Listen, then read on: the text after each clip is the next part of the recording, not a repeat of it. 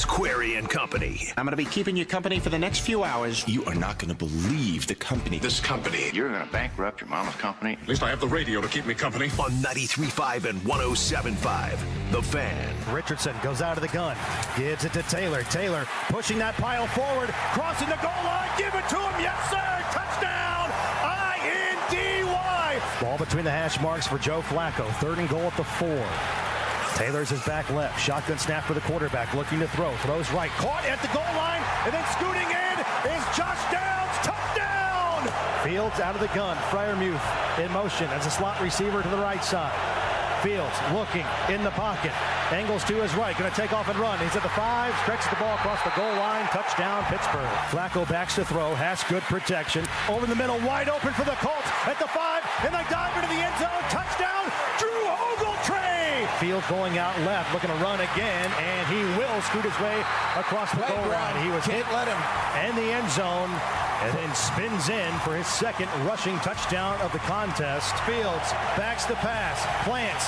Still has time. Rolls up in the pocket. Throws downfield. It's incomplete. Almost picked off by the Colts. But it's an incomplete pass. Colts are going to win it today. 27-24.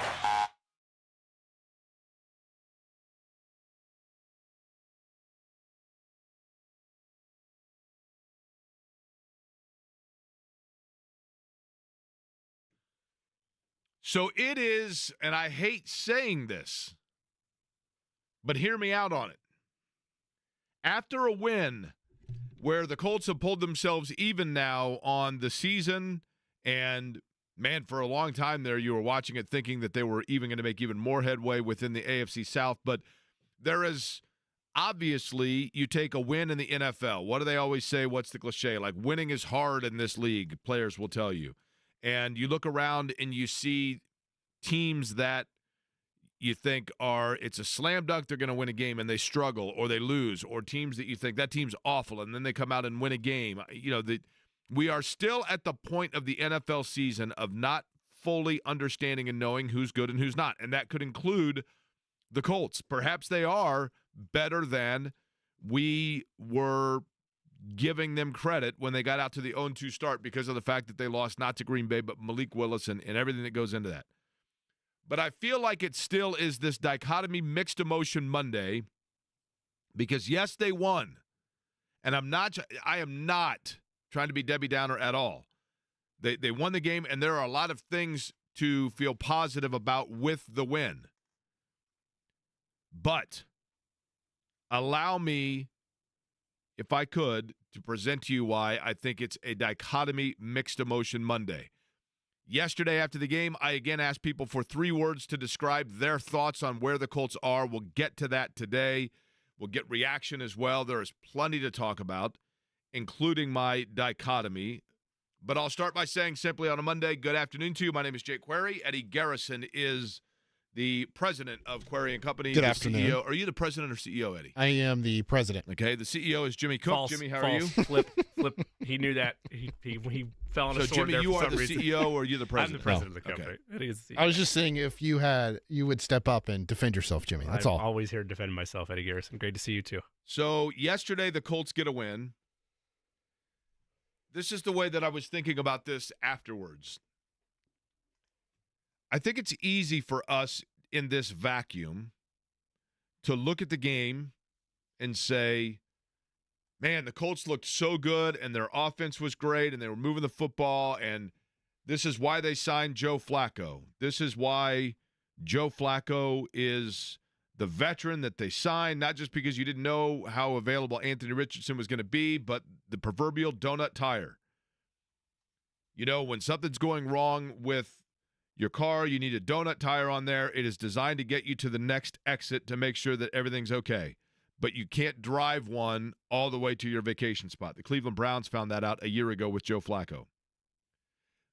But as you get caught up in that moment and you look at players that might have benefited from Flacco, hark, hallelujah, Michael Pittman became the receiver that numerically we thought he was going to be, because this is what happens when you can hit him in his spots, and this is what we've talked about. Maybe he doesn't, at this point, his skill set isn't exactly what Anthony Richardson. Hark!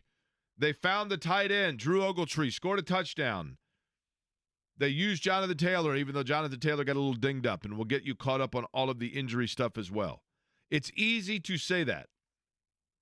But what's easy to forget is that Anthony Richardson was playing pretty well and made a couple of throws that showed progress. And you thought, okay, the roller coaster ride's humming along, and there's no hills up ahead, and we're just going full steam, and the wind's flowing through our hair, and this is great. 3 for 4, 71 yards, looks precise, finding guys running in open space in the flat. Let's go. And then the Colts do the unthinkable. They call a designed run for a quarterback who had just come out of the game a little bit dinged up. And it looked like it would have been like a helmet-to-helmet hit that knocked him loose, but it was not. It was the hip injury. He went to the locker room. He first actually started to go to the tent. They immediately just decided to do away with that plan. He went to the locker room. He came back out and at one point put his helmet back on, was standing on the sidelines, and then during a timeout, he went out onto the field. I thought he was going to return to the action of play, but I think he was just going out to pep rally a little bit and then came back, and then very shortly after it was announced that he's out. And the Colts got the win without Anthony Richardson. And Jimmy and Eddie, and for those of you in the company, this was the epiphany I had last night. How early into the morning was this epiphany? This was like 30 minutes after the game ended because it was that clairvoyant to me. Okay. Although, excellent question, because then typically it's at night when the brain droppings happen, right? Thank you. So, have either of the two of you, and if the answer is no, play along and say yes, but have either of the two of you ever gone through a period in your life where you accumulated or built up, accumulated is the wrong, where you built a significant amount of, say, credit card or otherwise debt, medical debt, credit card debt, whatever it might be? You guys might be too young for that. I don't know. But if you have, here's what happens. You know you have this one bill that is hanging over your head. And I don't mean a mortgage. I don't mean a car payment. I mean just like a bill that you're like, gosh, how in the world did I let that get to the point where that credit card's like almost maxed out? And it's weighing on you, and you've got a monthly bill that you know you got to pay, and you're barely chipping into the interest, and you're like, oh my gosh, I'm making this minimum payment every month, and the number just keeps getting bigger, and it starts to weigh on you. So you know that while you want this to be taken care of, it is literally probably a 2-year project of steady progression each month until you have it paid off. And that's your goal. And then you get a flyer in the mail. And it says, do you need a loan? Pay off that credit card debt with this loan from such and such bank. And you say, you know what? I'm going to do it. And you take out that loan and you pay off that credit card and you pay off one other bill that you have. And now it's like, oh, my gosh, this is such a relief. I'm not going to be getting the mails and the phone calls anymore from that credit card company. I consolidated it. I mixed everything into one bill each month. I have a zero balance, but I owe a bank. That feels better. It feels cleaner. I owe a bank. Everybody owes a bank. Everybody takes out a loan. What you've done is you have gotten a temporary relief, but in reality, you have compounded now and maybe even extended the timeline of your problem. That's exactly what Joe Flacco, who I have a great deal of admiration, respect for, but that's exactly what playing and winning games with Joe Flacco does for you if Anthony Richardson is available. And we'll find out whether or not he's available. But people that say, oh, man, this is great. Like Richardson, I don't want Richardson to get hurt, but look how good it is to play. Yes, of course, you'd rather win the game than lose the game. But if your thought process is Flacco won you the game, so stick with him now until he's starting to show Cleveland postseason form, and then let Richardson sit and watch and learn. He did that last year. Going to Joe Flacco, who may be more ready to play plug-in right now to win you games, does nothing more than delay the debt you have to pay, which is the time it takes and the experience it takes to develop your franchise quarterback. It is a short-term good feeling that is doing nothing more than delaying and extending the inevitable of the bill that you need to pay each and every month by going through the same discipline and making little steps for the next year or two. And that's where they are. And I know that Anthony Richardson with his hip, says that it's still sore, and we'll find out. I can only imagine this week we're going to hear 10,000 things about, here's what he's doing, here's what he's not doing. I can tell you right now, Anthony Richardson is from here forward going to be like the roof. Each Friday, it's going to be like, well, now we find out whether it's a go or not a go. And I know that they're on the road, but you get my point. Joe Flacco did what he needed to do to win the game last night or yesterday afternoon, and that's great, and it's wonderful, and we should be happy about the fact that the Colts got the win. We should be happy about the fact the Colts are 2-2. We should be happy about the fact that Chris Ballard signed a veteran backup quarterback that, God love him, had the clipboard ready and was ready to go in there and played, and his family was there, and he said fun things afterwards, and all of that is well and good. But the true mission at its core of this year's season is experience and resume for Anthony Richardson to learn on the job. And every snap that he's not on the job doing it, it is setting back the timeline. That's where they are, Jimmy. There's only one reason that Joe Flacco should be playing as a starting quarterback for the Indianapolis Colts in the coming weeks, and that would be if Richardson's not fully healthy and they want to get him right. That would not be, as you pointed out, sit back and learn. That would not be, well, I think we have a slightly better chance to win with Joe Flacco. Here's the thing. I've been to the future. I've seen how this season ends with Joe Flacco as your quarterback. And whatever in your mind, Colts fan that thinks, no, Flacco's the guy, let Richardson learn. Realistically, whatever you think they could accomplish this year with Joe Flacco, cut that probably in fourth. Because they're not going to be able to go win a Super Bowl with Joe Flacco. They're not going to get to an AFC title game with Joe Flacco. Maybe if the Texans really have some weaknesses that have been exposed by the Vikings, who they wind up losing to 2 weeks ago, by the Jaguars, who they were able to outlast yesterday, maybe you convince yourself, okay, there's a chance they could win the division. I still think there's a significant gap between Houston and Indianapolis to the point that I'm not worried about the Texans, but sure, talk yourself into the idea that they could win the division still with Joe Flacco and have a better chance to do that. The season ends the same way. The only way, if I was a Colts fan, that I would look at putting somebody at the starting quarterback position, not named Anthony Richardson this season, would be if I felt with 100% confidence they were a Super Bowl contender because of it. And they're not. So the only reason you should see Joe Flacco is A, Richardson needs a couple weeks to rest or recover. Totally fine. If that's what it is, like yesterday, I don't know who to place the blame on. Eddie took away some of the blame from Shane Steichen, which I don't blame him for doing. You mentioned it, Jake. He gets hurt on a designed run, and his first play back, it looked like it was a quarterback option, or it was an option run where he could have given it to Jonathan Taylor. Because you had guys running routes. Was it a full RPO? Because I was more focused on the run itself. But okay, so full RPO. And he decides to keep it himself. That temptation shouldn't even have been there. Like, I'm not going to fully blame Steichen for it because ultimately it was Richardson's decision to take off and run. But, like, what are you doing first play back? And you're putting him in a situation where he could even choose to do that. All that to be said, that's the only reason, is if he needs a couple weeks, okay, fine. But the short-term answer of Joe Flacco leads you nowhere but an exit somewhere, maybe in a first-round playoff loss, and no answers to your franchise quarterback. If Anthony Richardson is healthy, Anthony Richardson is on Correct. the field, period. Yes, as a starter. Yes. Listen, this goes back to, I remember when, and I can't even recall, people are going to be screaming at their radio.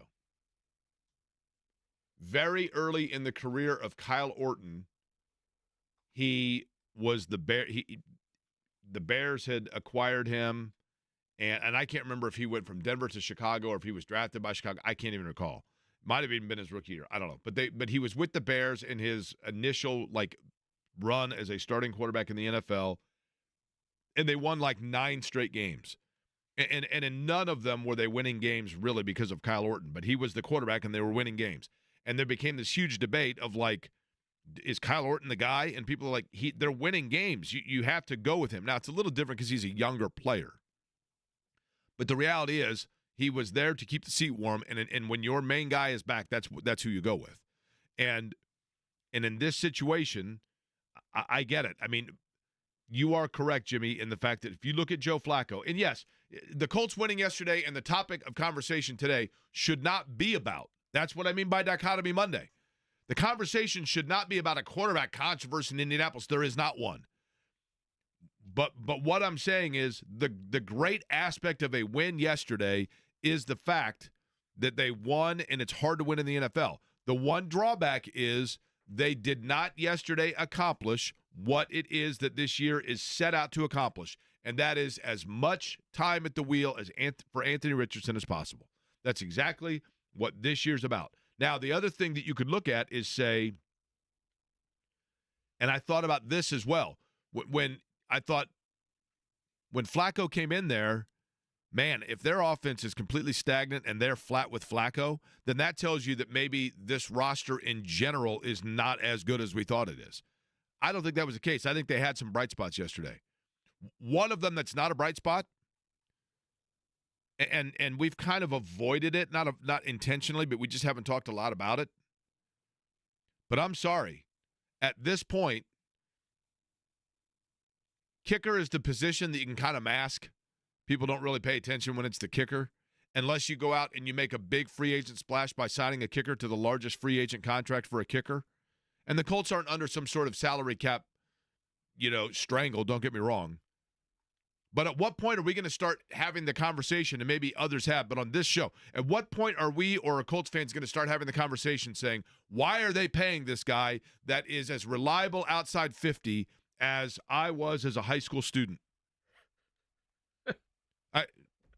I mean, we've been having some layer of this conversation. I've been upset about it since the day they signed, because even though it was from a apples and oranges standpoint, it's a low percentage of the cap. I get it. But it was a GM saying, I am going to fix a problem. I'm going to throw money at this problem, and we're never going to have to worry about it again. And now, in a league that seemingly a 50-yard field goal is a chip shot for everybody else league-wide. I'm slightly over-exaggerating there, but you watch Red Zone or wherever, and you're not seeing these kind of struggles on a regular basis like you are from Matt Gay. You are tempting fate that at some point they're going to trot him out there, and it's just, man, cross your fingers and hope the game is won or hope overtime is forced. Like, it's just laughable at this point, Jake. Like, we have talked about it in layers during moments of the offseason. You highlighted it last year when he was going through whatever the injury struggles were that he had and the hip and all of that. And then we dove into training camp, and it's like, I'm not convinced that this is something that's ever going to really go away. That's fair. I mean, with kickers, that's fair. Mike Vanderjagt, the most accurate kicker in the history of the league, what did he say to us? Once you lose your form or you forget how to swing it, what do you do? Right? Yeah. And it's, again, I can't emphasize the point home enough. It's magnified when people talk about kicking this season and talk about how easy it is from 50 yards. Like, it's crazy. I mean, you can speak to that. I know I put you in this situation often, but as the elder statesman at the table who's seen more football than Eddie and I combined, like, it didn't used to be that type of chip shot type of deal. Well, it was the 50-yarders like, I don't know. And now they're just hitting them like it's nobody's business. I just think if you watch the Reggie Miller winning time documentary, the 30 for 30. Mm-hmm. One of my favorites. And Ahmad Rashad talks about how Spike Lee became the guy at the park that's the constant yapping guy that drives everybody crazy. And Ahmad Rashad said, the thing about Reggie Miller is you knew 3-2-1, he lets the ball go. Everybody in that arena knows it's going in, right? Mm-hmm. And he said, it's the guy that's constantly at the playground saying, oh, man, I'm clutch. I want the ball when the game matters. I want the ball. He goes, and that guy shoots it. Everybody knows it ain't going in. Now, this is at no fault of Matt Gay, but kickers are kind of one of those positions that a guy rolls out there and you're like, okay. But when it's a kicker that everybody in the organization, including the general manager, somewhat arrogantly and defiantly has told everyone is the most automatic thing since sliced bread, that's when people are like, well, then this probably isn't going in. It almost is like counterproductive. Yeah. At no fault of Matt Gay's. But it goes back to, and this is the thing about Chris Ballard that And the Colts won. So why are we having this conversation? Right. I realize. But the defense was great. We'll get into that today. Correct. There are areas that Chris Ballard, you give him a lot of credit.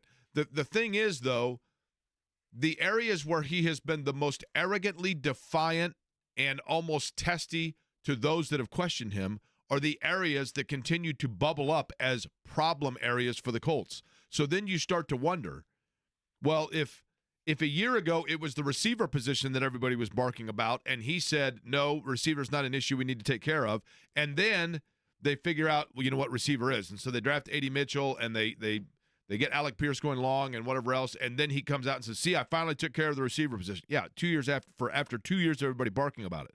Then it was, you guys are all barking about defensive backs. And, you know, you're all saying that we don't have enough depth there. And as more and more players get hurt there, it's like, well, okay, maybe there was some truth there. Now with the kicker position. So it leads to a deterioration of credibility for him with each thing and the trust that the fan base should have in him with each thing. Having said that, the cornerbacks, the ones they have played well, I think. Jalen Jones continues to play well. Like, they do have players that now that they're playing are playing well. They just don't have numbers there. They just don't have depth. Yeah, the depth has been an issue. I contend still, and I realize this is going to sound slightly haterish. I don't mean it to be because, gosh, that linebacking core has been incredible. And up front, they still found ways to generate pressure. Latu was great. Jalen Jones has been phenomenal, and I love his story as a whole. I'm curious to see, and I guess I was wrong about Fields. I was either wrong about Fields or the Colts were so good defensively they took Fields out of his element. Probably a combination of both yesterday. But I'm curious to see what happens when they go up against some of the elite quarterbacks in the National Football League again, like they did with Stroud, like they will with Josh Allen at some point this year. But you play what's on the schedule, and defensively, we harped that the corners were going to struggle this year, and so far that's not been the case. They've taken care of business at every opportunity, and you have a leg to stand on if you're Chris Ballard in regard to maybe this is going to be a good year for them. Eddie Garrison, you have a stat of the day when it comes to kickers and Matt Gay, correct? Yeah, that's right, Jake. So I was doing some quick research while you guys were talking about kickers from 50-plus. I was like, you know what? How does he stack up with the rest of the league? So including Matt Gay this year, all kickers from 50-plus are 57 of 76. That is exactly 75%. Now, this year, Matt Gay is 0 for 2. As a Colt, he is 8 for 15. Now, if you remove that one game in Baltimore where he goes 4 for 4 from 50-plus, 4 of 11, that is 36.4%. That's not the player they paid. That is not the player they thought they were getting when they went out and got him from the Rams as a free agent. That is not the player that they thought was going to solve the issue for them. And if that number, because, yeah, that's great if he's good inside 50, awesome. Sometimes you need late-game, long-distance field goals or a game to extend your momentum in a contest or extend a lead. If that number does not see improvement, and so far through a season and a quarter, it is not, it was a bad signing. It just was. You spent money thinking you were going to throw it at the wall and have zero issues, zero conversation about a kicker. At no point should a Colts victory Monday be overshadowed by the kicker conversation, but it still is because it's just this big, ominous sign like, hey, look at me, this might matter someday. It can't happen. It cannot happen when you paid to not have this issue anymore. But as you pointed out, Jake, and we're going to get into this today, there's a lot of positives for them, especially defensively. Like, we can talk about strength schedule all we want. I'm still kind of in that boat of, well, let's see the offenses they're going up against. But everybody, to a man, felt like that the Steelers were a legit team, that Fields had figured things out, and it was going to be a nightmare day for the Colts shorthanded defensively, and it wasn't. They kept them in check for a large portion of the ball game outside of a couple drives in the second half, and when they needed a final stand, they got it to win the game. By the way, Eddie Garrison, do we have breaking news?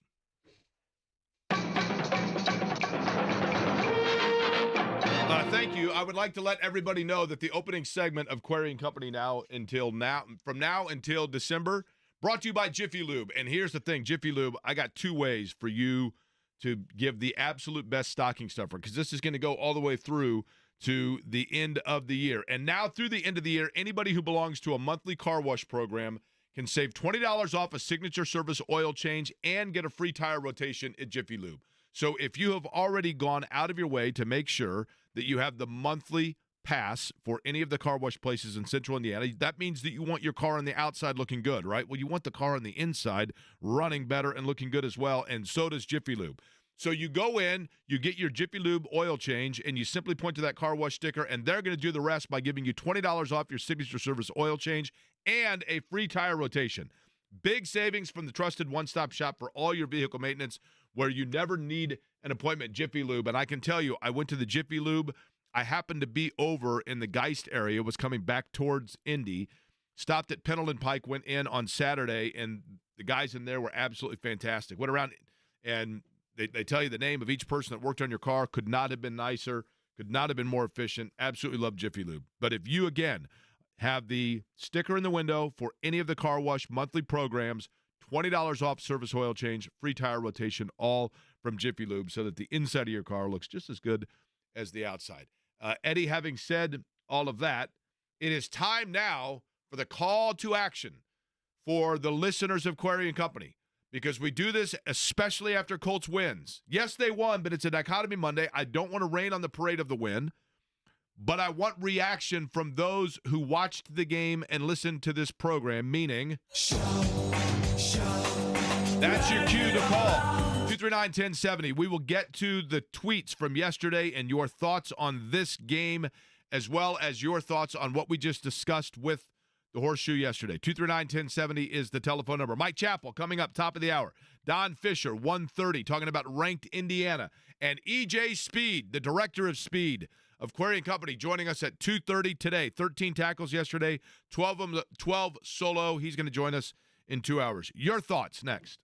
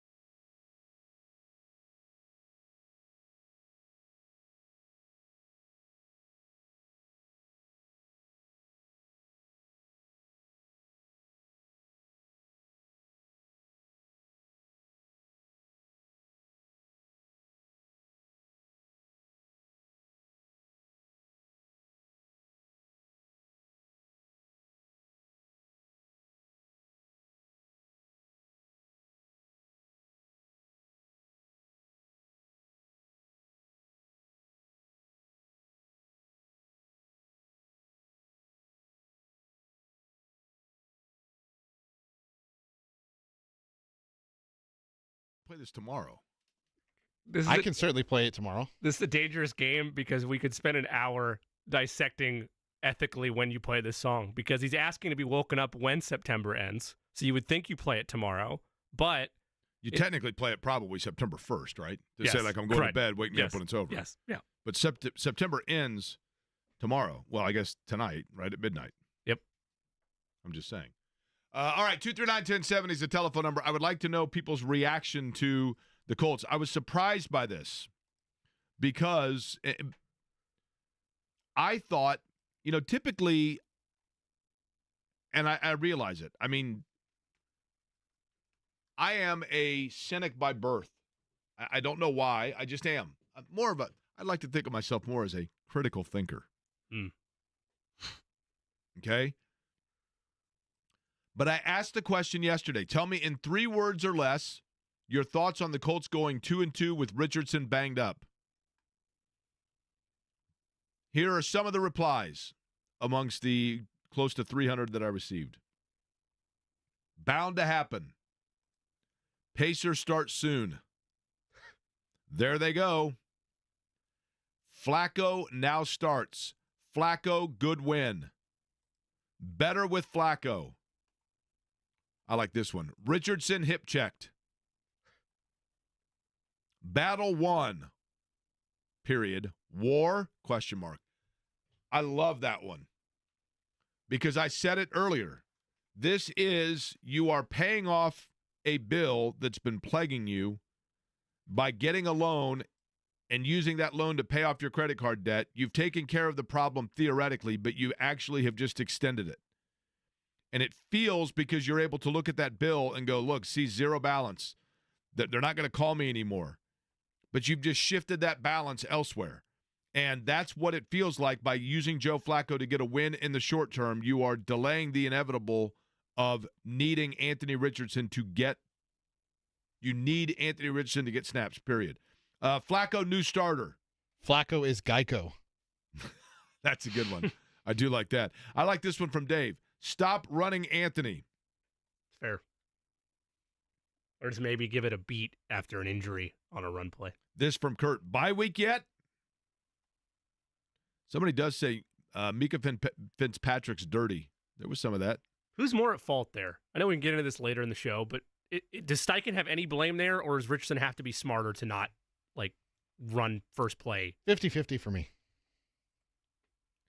I think here's the thing. It is difficult when a quarterback's natural instinct is to use his athleticism and his body that he's gotten away with forever to now suddenly have to curtail that mentality. I mean, the same thing happened with Andrew Luck, right? And we saw how that worked out. I hate to say it that way. This is a great one. Full game win? W-H-E-N, like the question. When is he going to play a full game? That's a very good one. First 3 weeks of the season? It's fair. Now, here's somebody's comment that I have to agree. And this is what we lose sight of. Strong first quarter. Correct. And that's when Anthony Richardson, look, he made 2 throws that everybody in the building goes, okay. He overthrew those the first 3 games, and look at that, right on the numbers, right where it needs to be. Michael Pittman yesterday was really good, but is that because Michael Pittman finally has just kind of gotten off the slow start, or is it because Joe Flacco and Michael Pittman, that's the kind of quarterback that Pittman needs as opposed to the style that Richardson is? Elijah joins us at 239-1070. Elijah, how are you? What's going on, guys? How y'all doing today? We can't complain. Yourself? I can't either. Weather's not too bad. I'm out here at work, so can't really complain. Not too hot, just a little rainy. So I was at the game yesterday, and I had actually talked with a couple other, friends of mine, really big Colts fans, and we said that this game was going to be kind of a really nice benchmark where your defense looked bad for the first game and the first half of the second game, but it looked really good in the second half against Green Bay, and it looked really good against, an anemic offense in Chicago, right?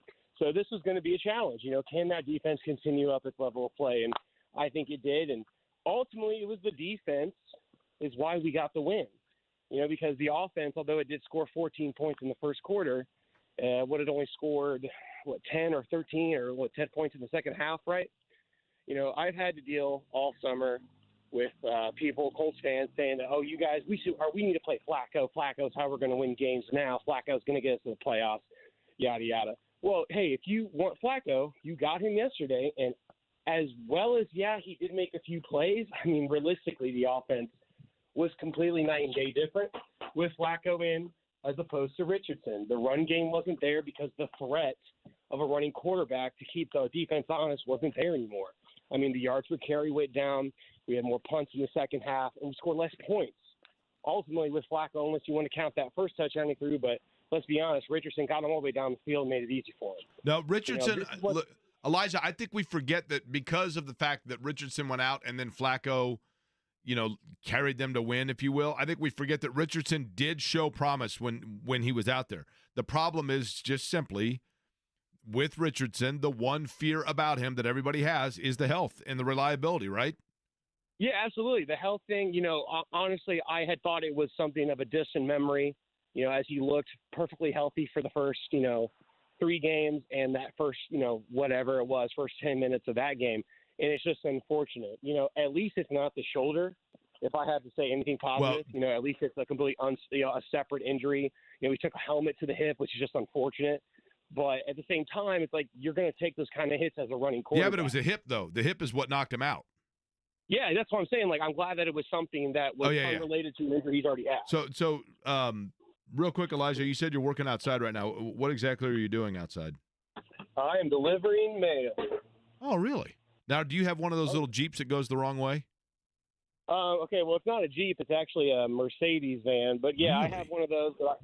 But I walk most of my route, so I'm outside most of the day. Okay. And dogs a problem? I mean, I love dogs. Dogs are good, but dogs supposedly don't like mailmen. The doggies all like you? You carry milk bones and stuff?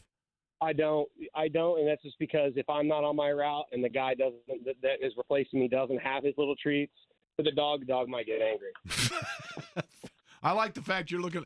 See, you're looking out for the backup. I like that, right? When the Joe Flacco of the mail route is going out, you got to make sure that the dog bones aren't creating some sort of friction. Speaking of Joe Flacco, after the game yesterday, it was kind of a fun thing that he said on CBS. I got a kick out of it, and then I got to thinking.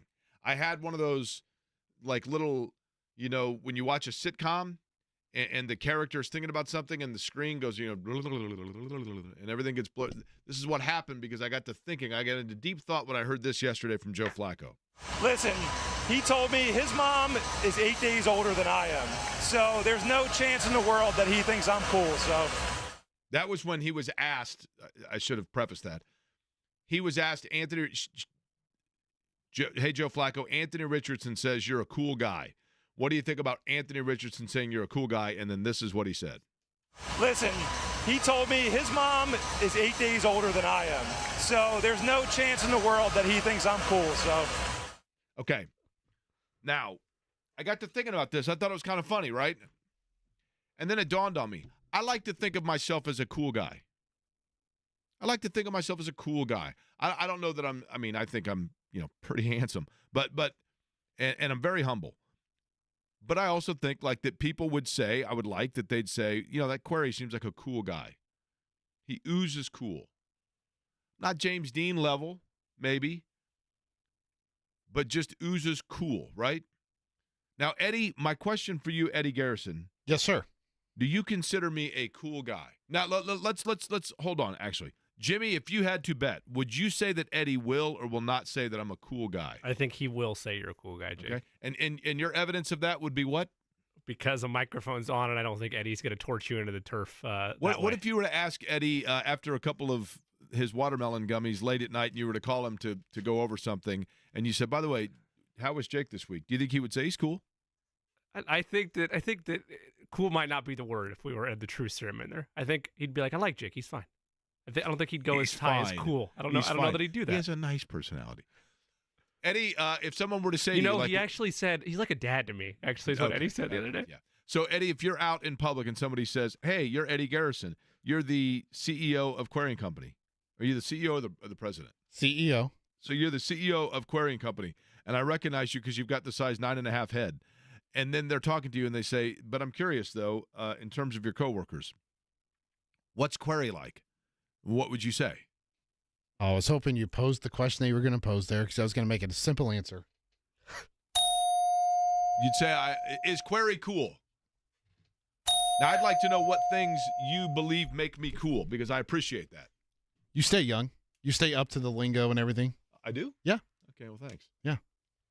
I stay up with the lingo. I watch a lot of Borat. You know what it also is? All the focus groups talk about how much kids love the show. Clearly, that's an indication of your coolness. We have had some market research, that, and especially when we do get to know your listener, kids absolutely love it. Here's the thing, Eddie. If I'm not mistaken, your mother's birthday is when? I don't know if she wants me saying this on the radio. Okay. What month is your mother's birthday? Or April. what year? 72. So your mom and I are 5 months apart. Okay. So basically it's the same as Joe Flacco and Anthony Richardson. Okay. Joe Flacco's like, wait a minute, Anthony Richardson's mother and myself are contemporaries of one another. Likewise, your mother and I are contemporaries of one another. Mm-hmm. Thus, it makes me curious if that, in fact, means that I can still be cool despite the fact that you would see me very clearly as generationally ahead of you, even though you're aware of that. Yeah, So, I'm aware of it. But because of the lingo that I keep, I stay young. Yeah. Yeah. Okay. You have good energy as well. It hasn't started to taper off. Hey, can we do this before 9? I've got to go to bed at 10 after my Metamucil. Is that what you're saying? Yeah. Are you implying that I go Harry home? Carey in that one. What's that? There was little Harry Carey in that one. Eddie's implying that I go home. No, I'm not. And Not when at we're all. looking over things, I say, well, guys, I've got to go watch Hazel on TV Land Not at all. before bed. Hell, my only friend Alec goes to bed at 9 o'clock. Does he really? Yes. Why? Just because he likes to get up early. He's a morning riser. He's not a late bird. Night owl. Here's what's funny to me about the Colts. When the Colts win, people are mute. When the Colts lose, man, people are like, they all want to get off their chest. That's a good thing, I guess, right? But Matthew's got thoughts. Hey, Matthew, what's up? Good afternoon, guys. Your thoughts on the game? Matthew, did you go to the game? No. Okay, but you watched the game, right? Yes, I did. Okay, your thoughts? The first game I watched all season, the only thing that surprises me is that we actually got a win by some miracle. But even that gets overshadowed by the Colts just being themselves and having quarterback issues. So you're used to this, is what you're saying. Now, wait, you said it's the first game you've watched all season, though, right? Yes, it is. Because of work purposes, right? Yep. Okay, so you were off, you watched the game. Where did you watch the game? Did you just chill at home? Yep. How are the dog and cat doing with the move? They're doing all right. All right. That's now, Matthew, in terms of the quarterback situation, and it's interesting because I was watching yesterday after the game, and I was watching an NFL kind of a blooper reel, and I have Matt Ryan on there. And I'm thinking about Matt Ryan, and I'm like, man, you forget that Matt Ryan, when he came here, that was the answer, right? And then you forget that before that, Phillip Rivers, that was the answer. Rivers probably, if he'd have played one more year, Rivers was good for them, but they thought they were going to get 2 years. They only got one. Carson Wentz, that was the answer. Anthony Richardson, clearly they believe is the answer. But the question is, can Anthony Richardson be the answer if it's going to be this way all the time? 4 in, 1 out, 4 in, 1 out. At some point, you've got to just let it go. And again, my concern yesterday is that, yes, it's great to get a win, but it can be a little bit of fool's gold. It can be a little bit of fool's gold. Matt, I'll let you answer whether or not I'm being too pessimistic. And we got to talk Indiana football as well because the Hoosiers are ranked, baby. Yes. Indiana's ranked. A 1, a 2. You know what to do. And a 1, a 2. You know what to do. Here's the thing. I believe we played that, did we not, when I told you that I had a moment of clairvoyancy? We did. And one of my moments of brilliance on Friday came out to be true. And nobody has given me credit. We'll get to all of it next.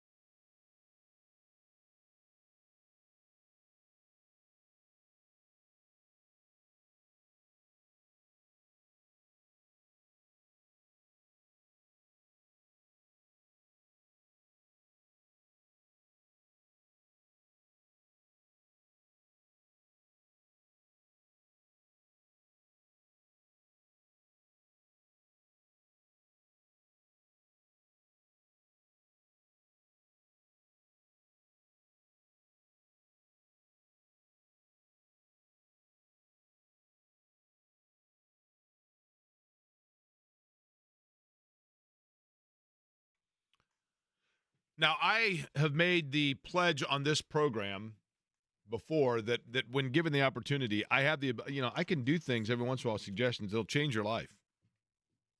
Remember J-Law calling in?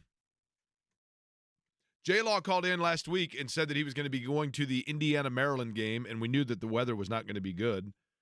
And I said, J-Law, you got to go buy a Frog Togs kit.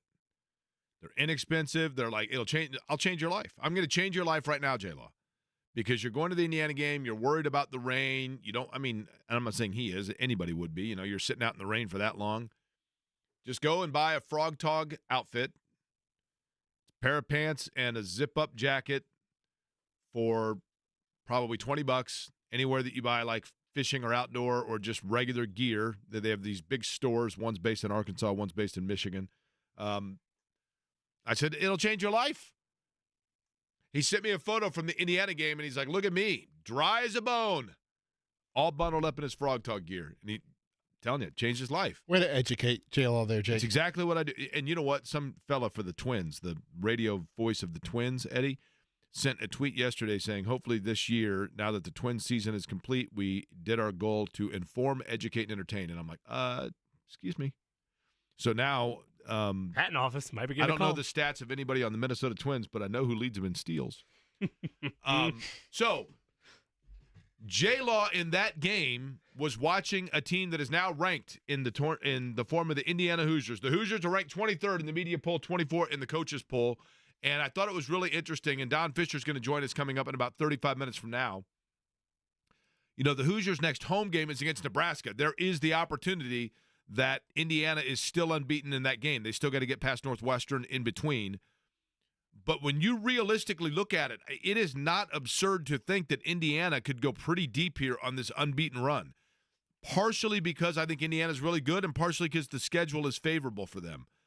But they're doing that. What they did on Saturday that I think was impressive, and it actually is a good thing that they were put in this position. Curtis Work has played so well, but he did turn the ball over, and yet even with those, they managed to bounce back. I mean, he throws for 359 and 3 touchdowns.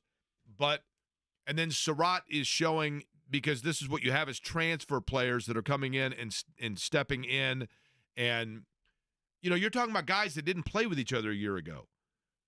But they've all bought in, and they're veteran players that I think, to use the Ted Lasso line, they have the ability to be a goldfish.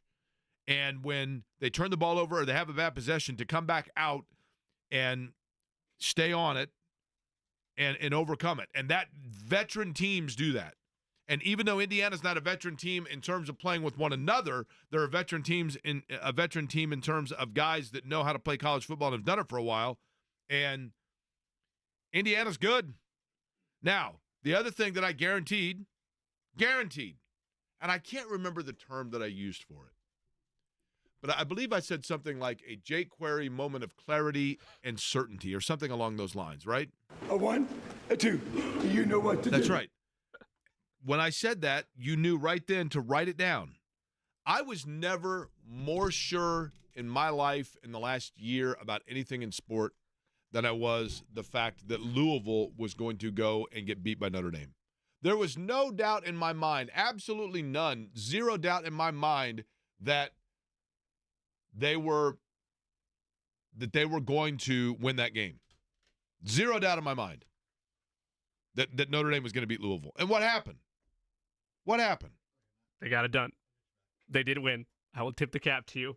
That said, I still have questions. I still have concerns, but that's not the point of the topic. Now, the point of the topic is the clairvoyance of my biggest Jake question Query. and concern, to be honest with you, is that of Purdue.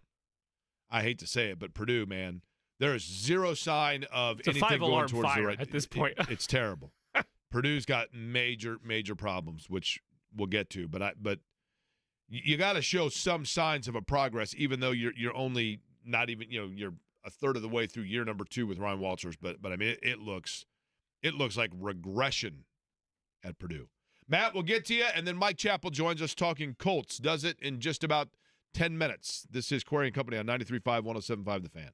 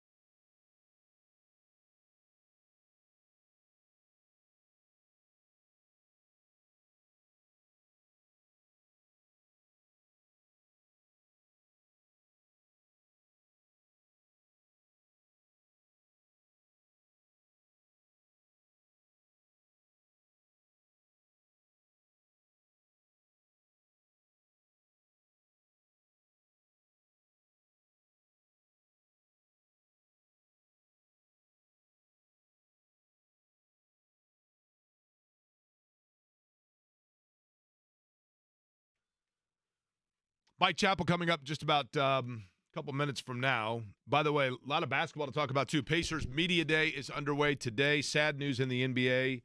Dikembe Mutombo, one of the great personalities, of course, the shot-blocking specialist out of Georgetown, and always, I think, forever known as the moment of laying on his back, holding the basketball up in euphoria after Denver became the first 8 seed to advance in the first round of the NBA playoffs, defeating Seattle. Legendary stories of grabbing the mic at nightclubs. Dikembe Mutombo from brain cancer passing away today at the age of 58. Worked tirelessly for the NBA as well to expand the game internationally with NBA Africa and those sorts of outreaches. Matt joins us at 239-1070. Matt from Speedway. Thoughts on the Colts, Jake, I believe. What's going on, brother? Matt, how are you? I'm good. Good. Getting ready to start those lights here in the next 2-3 weeks, so keep you updated. You're getting ready to do what again? Work on my Christmas lights. Oh, I mean, listen, that's serious business if you're getting to that before Halloween, right? I'll wait till Halloween. I'm not that bad. Well, wait, so quick question, because my mother-in-law mentioned the same thing. Christmas and Thanksgiving, the gap is incredibly short this year, and she's upset about it. Oh, is so it really? she is going to have the Christmas on the 25th decorations again this year, up. right? It's only like 4 weeks between, if that. And it between always goes Thanksgiving by and in the Christmas. blink of an Yeah, eye, correct, right? yeah. So, Matt, do you start before or after Thanksgiving? Usually right after. Okay. It's, there's always that one day in November, early December where it's 75 degrees. Of course. So That's I when you try do to- it, right? All right, fair enough. Get it up that day, but it's my little setup is fairly extravagant, so I hate to just set it up and leave it for 2 or 3 weeks. It seems like too much work to leave it up that short. So, thoughts on the game yesterday? I know they drafted Richardson with the intent that they're going to use his legs, but he has now started 8 games and he's finished 5 of them, and not to mention the 13 games he lost to injury. And I just don't – this is not sustainable in my opinion. And it's mind-blowing to me that they get him hurt on a run. He comes out 2 plays, and they call a read option where he's going to run. Well, that part was correct. I mean, in my opinion, that's fireable ignorance. If Matt, you're clearly not paying attention to keeping this guy upright. Because you're from Speedway, I'm going to give you a bad analogy. A Jake Query bad analogy here. You ready? Sweet. Go ahead. How many Indy 500s have you been to? I haven't missed one since 77. Okay. So from basically 78 to 1990 when you were there, the Buick was the fastest engine. Jim Crawford had a Buick, always, front row qualifier. Yep. Buick was just unbelievable. Crawford, all those guys. Now, do you know why very few drivers wanted to be in a Buick? Because it wasn't going to last. Correct. It's the fastest engine, but it couldn't go 500 miles. Only Al Unser was able to get it to go 500 miles, and that was in one of the last ventures of it. But there you go. It was fast as hell, but it couldn't go 500 miles. Is it Todd that we have here? Line 3, who's this? And this is Tom. Tom, not Todd. sorry. What's up, Tom? I'm the VP of Enthusiasm and Knowledge, if you recall. Okay. Give me your enthusiasm and knowledge on yesterday's Colts game before Mike Chappell joins us. Hey, big fan of Bortolini. I've been in a media blackout since the game ended. I don't know if anybody's talking about Bortolini, but I think Ryan Kelly's lost his job. Well, I should have mentioned Bortolini in this regard. Speaking of enthusiasm, he's obviously one of your employees because it was the first thing I noticed from watching the press box, from up in the press box. You got a bird's eye view of it, and they get that touchdown at the goal line, and they go right behind Bortolini, and he comes running back to the sidelines, and he looked literally like a kid that just got his first hit in Little League. He was so happy. And I love it, though, right? That's what you want. But he did play well, right? They showed that on CBS, actually, coming back.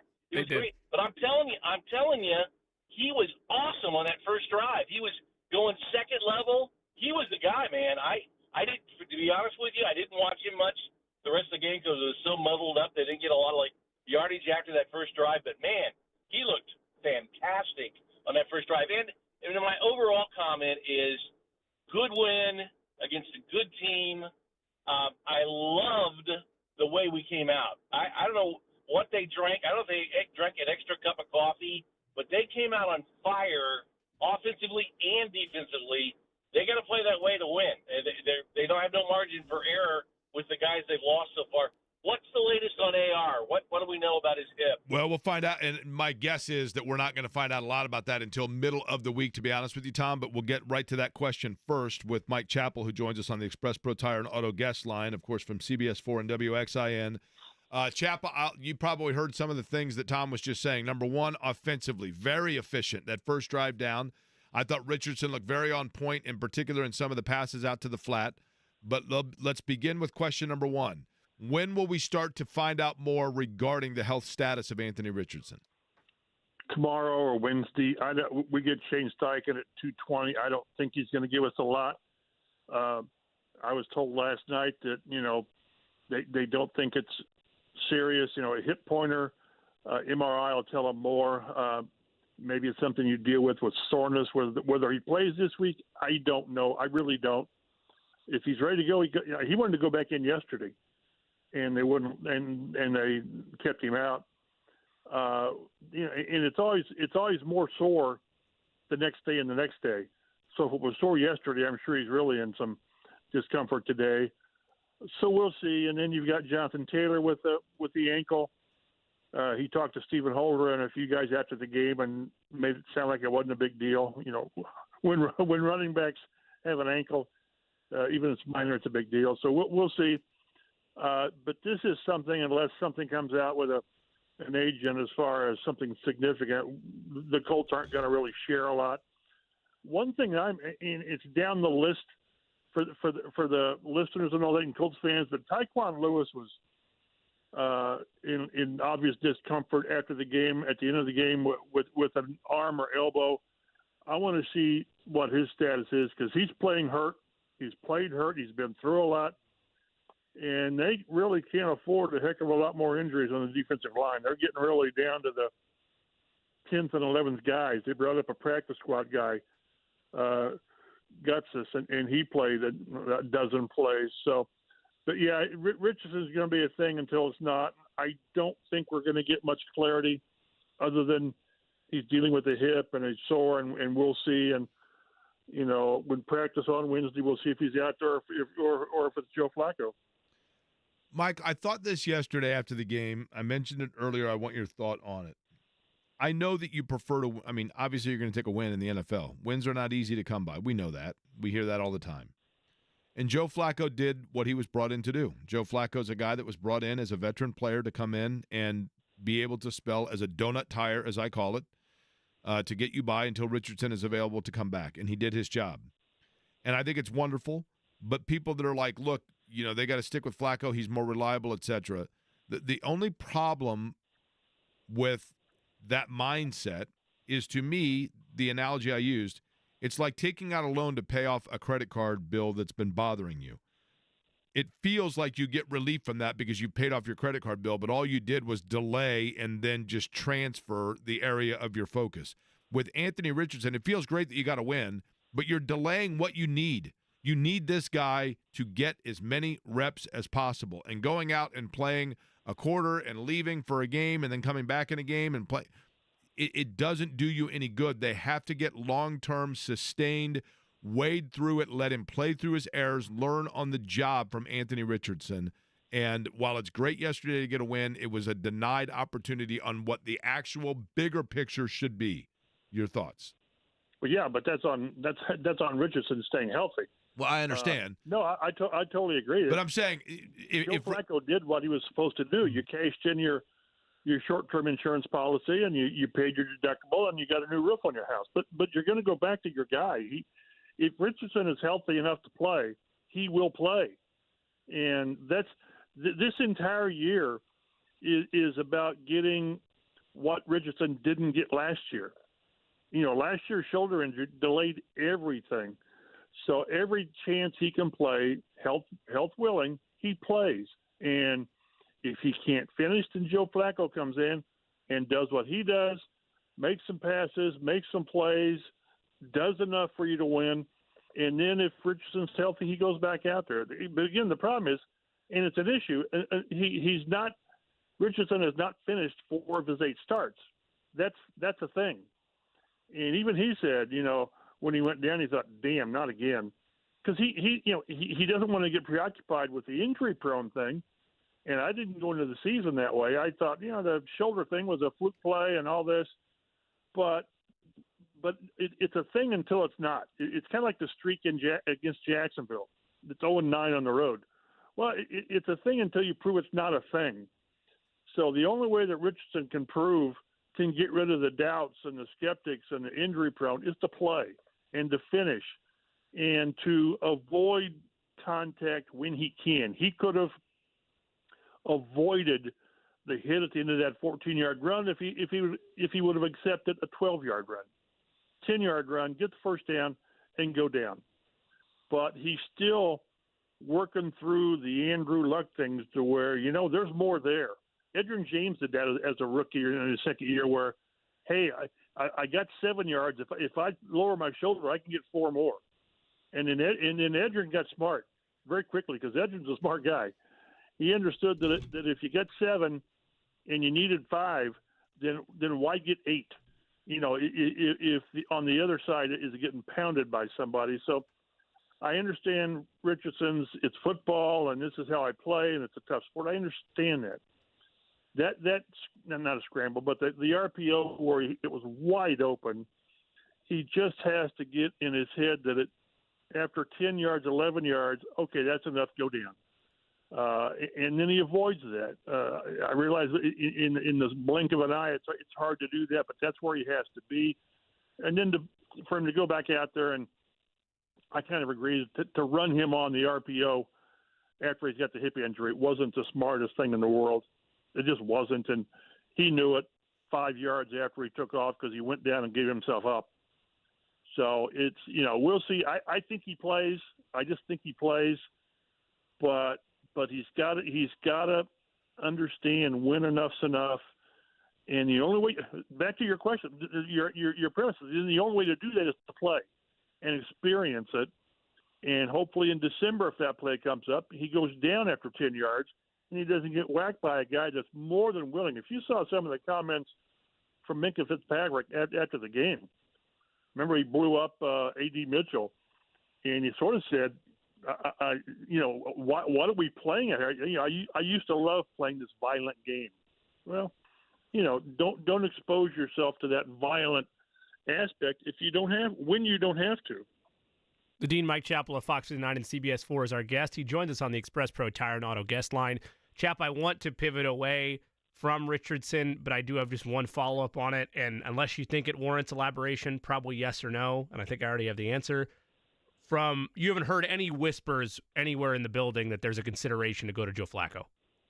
Like, if Richardson's healthy, there's no thought on that, correct? Oh, heavens no. Okay. And if they do, then what the hell are you doing? Okay. Yeah, I'm in the same boat with you on that. I just wanted to make sure. I mean, you're the tenured beat writer. I can't even imagine anybody saying, because I thought, somebody said, well, Flacco coming in, I showed you what he can do. Well, before Richardson went down, that's what you want. Right. He missed Pittman, but he's going to miss guys. But that throw to Pittman to start the game. Well, yeah, and you bring up Pitt, and that's where I want to pivot to because Jake had brought it up as well.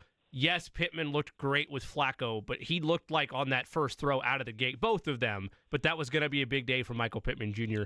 Do you attribute that big day for him more towards he could have worked with any quarterback that day, or do you think we were going to see a larger day for him had he gotten a full day's work with Anthony Richardson? Well, I think, do I think it was a coincidence that he's had the slow start of his career, and then the first play of the game was to him deep? Although they've done that, in some games earlier this year where he was, targeted early, not necessarily like that. But I think the way that went yesterday is he was going to have a big game regardless. And again, they put the ball downfield more with Richardson because that's what he does. But they need what we saw yesterday early and even later on with Jonathan Taylor breaking off runs. This was the top defense in the league. These guys were good. What were they giving up? 9 points, 10 points a game, whatever it was. And you get Taylor going. You got Pittman going. You got Josh Downs going. One thing, and they don't listen to me at all. If anyone out there wants some advice, I would say on Josh Downs, do not have him return punts because you can get blown up doing that, and he's way too valuable for your offense. They need. I remember when T.Y. Returned punts early in his career, and then he got to be such a outstanding receiver. They said, no, we think we'll just let him play offense. I would like to see somebody else other than Josh Downs back there in the danger zone of punts. I guess somebody else less expendable, whatever, or more expendable. I mean, could it be A.D. Mitchell, or is that kind of the same point? Probably not. I don't know if he's done it before. Ashton Doolin, DJ, put somebody back there and fair catch the darn thing. I just think Josh Downs is way too valuable to this offense and what he brings. What we saw yesterday, some of those plays he made were incredible. The first down at the end of in the fourth quarter where he caught the little hitch on the sidelines and pivoted away from the guy to get the first down. That was top drawer play. So I just think he's too valuable to put out there exposing kick returns. But what do I know? If it were not for the contract he had received, and if it were not for the fact that Chris Ballard, I think, has kind of doubled down a little bit on defensive him, would there be more conversation about what's going on with Matt Gay and what they do with him? Maybe. I don't. Yeah. I mean, this isn't. Tony Dungy once said, if it happens once, it happened. If it's twice, it's a coincidence, and 3 times, it's a trend. He's missed 4 or 5 now, these 50-yarders, and they're all left. It's again, I go back. It's a concern, and even Shane Steichen said, those are kicks we got to make. You can't have your head coach questioning whether I should go with a 54 or 55-yard field goal attempt or try to convert 4th and 5 or whatever. So I don't know what to do. All we're going to get is we're going to keep working on it. I think it'd be, if there's a contract an issue, I hope not, because again, all the uproar when they signed him about what a massive contract. No, it wasn't a massive contract. In kicker terms, it was. In kicker terms, yes, but in budget terms of your roster, it's not. So it's not like you're going to eat a ton of money. I don't think they're there yet or close to there yet. But at the same time, you got to make your kicks. And in a game like that, when you miss a field goal, yes, it was a long one, but had he made that, then the Steelers have to go for the touchdown instead of just a field goal, get in position for a field goal. But Mike, I guess what I'm saying is this, and you tell me if Mike Chappell, if this is unfair or you think that I'm totally off base. Okay, I'm deferring to your information here on whether or not what I'm about to say is off base. Okay, it is my opinion that if you are a sports executive, general manager, president, but if you are in charge of building a roster, the number one criteria is that you have to be completely immune to the pressures and the questioning of your job. You have to not pay any attention to it whatsoever. And if there's one area where I would most criticize Chris Ballard, it seems to me like he is somebody that is still hyper aware of the perceptions of his moves, and that at times there is the possibility that those moves are influenced based on the way he wants to defy what others have said about him. I will say that he is fiercely loyal to his players, which he brought in here. We've seen that with sticking with young corners last year, this year, young safeties last year, this year. But I really, I don't know if I would go that extra mile to say that he's going to fiercely defend Matt Gay to the point that Matt Gay's missing key kicks, so they're not going to go to. But he has to this point. Well, it's 4 games. I understand. At what point do you? Again, Chap, I argued earlier it's magnified because at the rate that other kickers are seemingly having 50-yarders be chip shots, and that was one of his strengths in L.A. Like he was good from distance, he was good from everywhere, and then when you see him missing, and it worked out here for the first half of the season. Yeah, you remember Baltimore? Yep. He won that. He and the defense won that game. So at some point, when he doesn't have the rope that they gave Adam Vinatieri for obvious reasons. they stuck with Vinny too long, and they knew he wasn't healthy enough and all that, but they stuck with him. That's not the case here. I don't know how long the rope is. To do that and go to a rookie kicker, they would have to be extremely positive that whatever's up with Matt Gay with the long distance field goals is not going to be fixable in the short term. And all the evidence says, well, he's not doing it.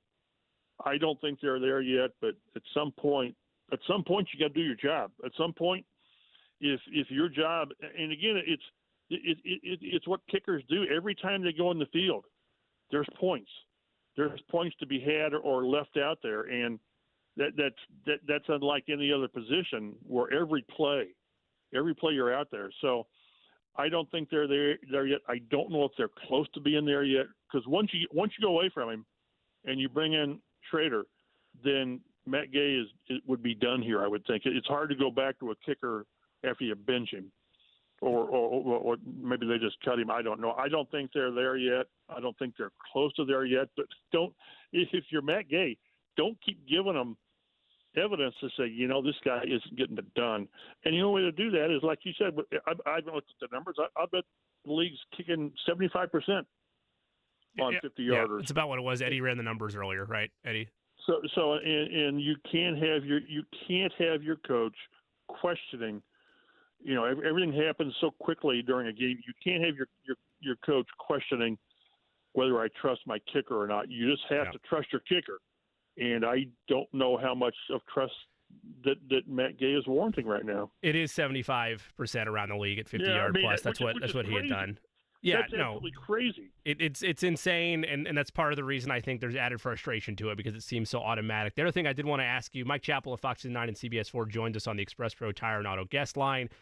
Any more updates to this point about Jonathan Taylor? I know he said that he's feeling okay, and I think Ian Rappaport, among others, had tweeted after the game that high ankle sprain, but a pretty mild version. Any updates there? And do you envision, much like the Anthony Richardson scenario to some extent, because it's a star player, do you think he is kept careful even if it is a mild sprain, as in maybe misses a game? They won't. I have to tell fans, they won't put somebody out there that's not ready to play. We saw that with Josh Downs. I think he was ready to play a game earlier than they did. And they, as much as they need these guys out there, they're not going to do it unless the guy's ready. And, the only problem, let's say JT needs a week, and I'm just speculating. I'm just, hypothetical. Right. Then that's a problem why that they didn't address, in my mind, in the offseason by bringing in a more reliable backup who and back in April, I don't know who it would have been. I don't know who it would have been, but I'd like to have had somebody that, a Zach Moss type guy, if your guy goes down, because running backs get dinged up. They just do. It's what the position does to you. So, but if he's ready to play, and again, I always the worst, with all due respects to JT, the worst person to ask how they're feeling is a player. Are you going to play? Well, I hope so. I feel good. Well, that's every player. Right. What do you expect him to say? Player. Right. Yeah. Right, but again, we'll see, and he's fought through some things, and he's had some things that he hasn't been able to play with, but they need him. He's still their best player. Their best player, and they need him to be out there to where he threatens the defense, to where it's 1 yard, 3 yards, -3, 29. That's what he does, and many other backs. There's a handful of backs that do that, but he just makes everything easier, whether it's Richardson or whether it's Flacco, to run the offense. Chap, over the course of time, which of these two things do you think is a bigger factor perhaps in extending the window of player return from injury? And I know that we sound like old guys yelling at clouds here, but I have to be mindful of this, that there is a much greater financial investment in the product of a player, both for the player and the franchise, than there was, say, 30 years ago. And in addition to that, there is a much greater and more immediately accessible medical ability to find out what's going on with a player. So in other words, is it possible that a guy today that misses 3 weeks with a ligament issue that they found on an MRI is partially missing it because they look at it and they go, well, the long-term investment of this guy is massive, and we now know that that's there. Whereas 30 years ago, that guy, number one, didn't have that big a financial investment in him, and number two, they didn't even know that ligament was injured. Does that make sense what I'm getting at? I don't know which one is the one that more puts the cart or that more is driving the horse here, if that makes sense. Yeah, what I'm saying. But again, it's such a short – it's a long season, but you only have 17 games. So the idea that if a player is healthy enough to play, he plays. And I don't know if the investment in whether it's a Jonathan Taylor or your backup left tackle or your third linebacker, I just think that the urgency to play in a short season, and I understand the long-term investment and outlook. And now, if it's DeForest Buckner and he has the high ankle and it's going to be, then you put him on IR and you don't push it. It's kind of like what Miami did with Tua. They put him on IR so that for a month there's no decision on do we rush him back or whatever. I just think the bottom line is if a player can play and the medical staff, they have the final say. The player doesn't say, I feel good, I'm going to play. No, it's the medical staff, it's the coaching staff, mainly the medical staff. I think it will be a very rare situation where a team says, our medical staff says you're good to go, and the player says, nah, this hammy's still a little bit tender. I just think players understand the short term of a career, and if they're hurt, they don't play. And there's probably instances where a player says, "No, I'm not ready," and he doesn't play. But I think by and large, it's a medical staff issue, and if a player can play, he plays, whether he's making $2 million a game or $40,000 a game. I understand what you're saying, but again, I think the medical advancements it gives you a better picture on what you're dealing with, but you also got better mechanisms to deal with it. I can only imagine the rehab that some of these guys that they get, the level of rehab care they get with their Forte Medicine people who do great work. And I work with them, and I'm just a nobody. But they do great work. If a player can play, he plays unless the medical staff says no. Like yesterday, Richardson wanted to go back in. Oh, I know. Yeah, he had the helmet on. At one point, he went out there, and I think it was the pep talk. I thought he was going to go back out there, and then 2 minutes later, he said no. So, yeah. But again, short-term, long-term stuff. But a player can play. If a player can play and he's cleared, he plays. Chap, we appreciate it. We'll talk to you next week. All right. Looking forward to it. You guys be well. Mike Chappell on the Express Pro Tire and Auto guest line, and like I said, Chap's a big fan of On Patrol Live. I saw my own version of it when they handcuffed some lady out in front during my 38-minute wait to get on the elevators to go upstairs to the press box. Outside, some lady got arrested. They handcuffed both the hand and foot cuff deal, and then they put her in a cart. She had a Steelers medallion on. They put her in a cart. She was screaming. I think she might have spit at one of the cops. Was going to sue everybody, and then they pushed her into the stadium, which I found interesting. There must be some substation in the stadium, but everybody's sitting there like, wait a minute. Weird way to prepare the halftime show. I mean, wouldn't they want to take her away from the stadium? But they took her into the stadium. I don't know what the processing was in there, but interesting nonetheless. Hoosiers are ranked. Voice of Indiana, Don Fisher next.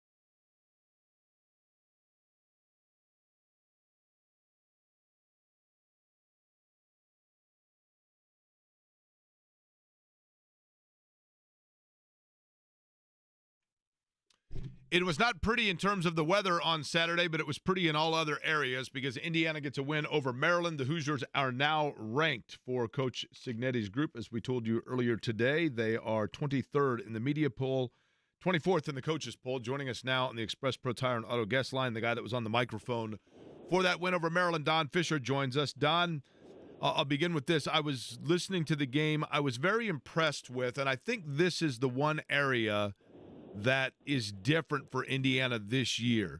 Does it seem to you that this is a team that has a better ability to bounce back in the course of a game if something is not going well, a turnover, a key nonstop defensively?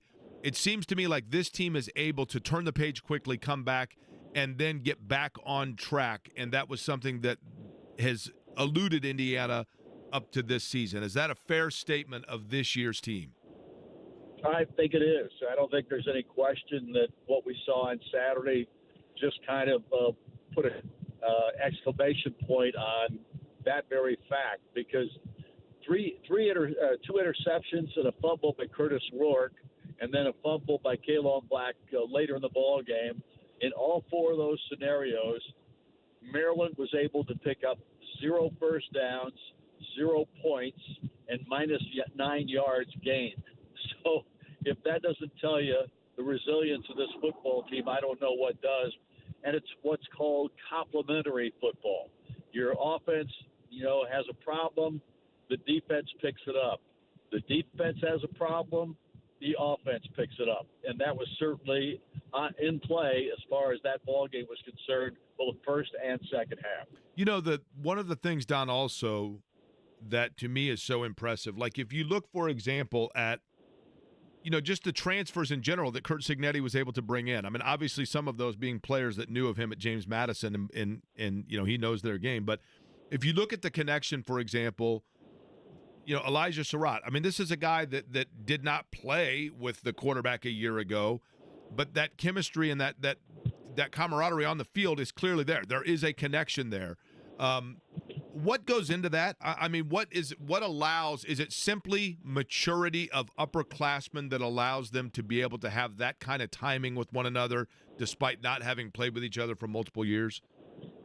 Well, I think maturity has something to do with it, because if you look at the ledger of these players, Surratt, of course, has had great success at James Madison. He had success, I think, in his freshman year at St. Francis. He was like an All-American at that level of football at St. Francis. He was basically the same kind of player when he was playing at James Madison. So, and then you've got Miles Price, who was a terrific player at Texas Tech. Justice Ellison, who was in plenty of opportunities to start and play a lot of minutes at Wake Forest. Yeah, there's a lot of maturity on this football team. And the fact that they've all bought into what Cignetti is preaching and selling out there from a player's perspective, there's a lot of maturity, but I think there's also a tremendous amount of buy-in for what Curt Cignetti has brought to the table. The Hall of Famer and the voice of the Hoosiers, Don Fisher, joins us on the Express Pro Tire and Auto guest line. Don, look, the schedule is what the schedule is. We've talked about this week in and week out. They're not going to complain about it. Indiana fans certainly aren't going to complain about it. Heck, if they continue to run the table the way they are, they're going to be in the conversation undoubtedly for a playoff spot. We talked to some national writers last week. They believe the same thing. That said, they faced real adversity on Saturday. You mentioned the Curtis Rourke turnovers. You mentioned areas where I think lesser Indiana teams, maybe lesser coaching staffs, might have folded in a game like that where you're finally getting punched in the mouth. What can a good dose of adversity do for this group moving forward? Well, I think it helps immensely, because I think it proves to the players and to the coaches and then to the fan base on top of that this team is resilient. One of the greatest tests that any team can face is getting punched in the mouth, and then will they get back up and punch back? And Indiana has certainly done that in spades at this point on the season. There's little question that this team has bought into Curt Cignetti's philosophy, his culture, and those kinds of things. And you're seeing it play out in real time, in real games, against very good competition. And I'm not saying Maryland is a world beater. I think they're a really good football team. but they were going to be the sternest test Indiana has had. Indiana made enough mistakes in this ball game that they've got plenty of talking points and coaching points to go over here in the next week or two. Without question, this team is not as good as it's going to be, I don't think.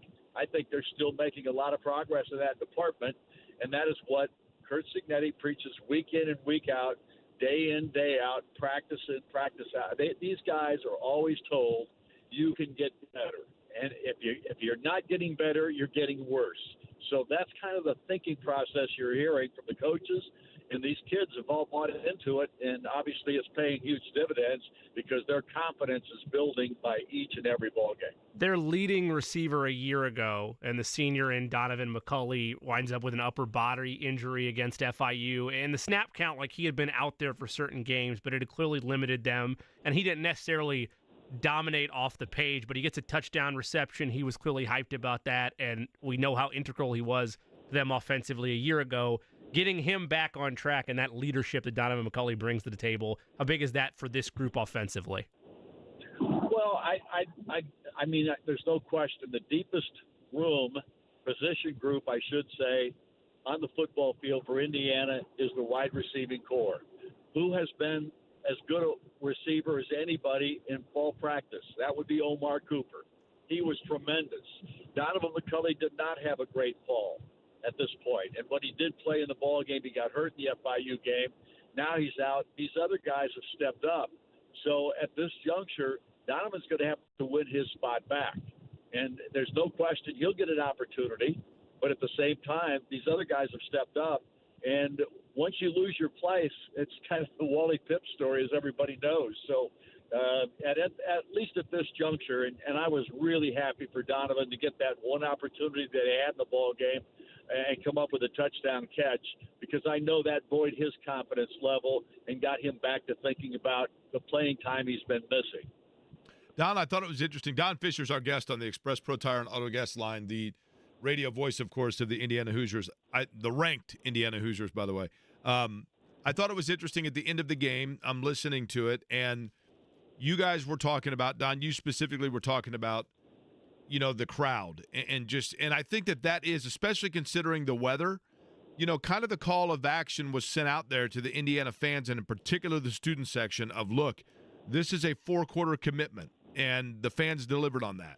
And you were talking about it afterwards and on the radio, and Buck Sir had commented like, hey, up next it's Nebraska. And you had to say, well, yes, up next from a home game, but let's not forget there is still a road game with Northwestern there. Now, I realize what you guys were talking about there, but it jogged in my mind. From a team standpoint, sometimes young teams or teams not used to success do have an ability to kind of look beyond, and it's easy to let the numbers race when you look at the schedule for Indiana. Is there concern, or do we know at all about how they're going to react now to being ranked, having a big-time program like Nebraska coming in, but having the potential quote-unquote trap game of Northwestern in the middle? Do we know how this team, or can you forecast how this team will respond? I can't forecast it, Jake, but I can tell you this. I don't think Curt Cignetti will allow that to happen. I'm telling you, he controls the reins. There's nobody else that controls the reins like he does that I've seen in a long time.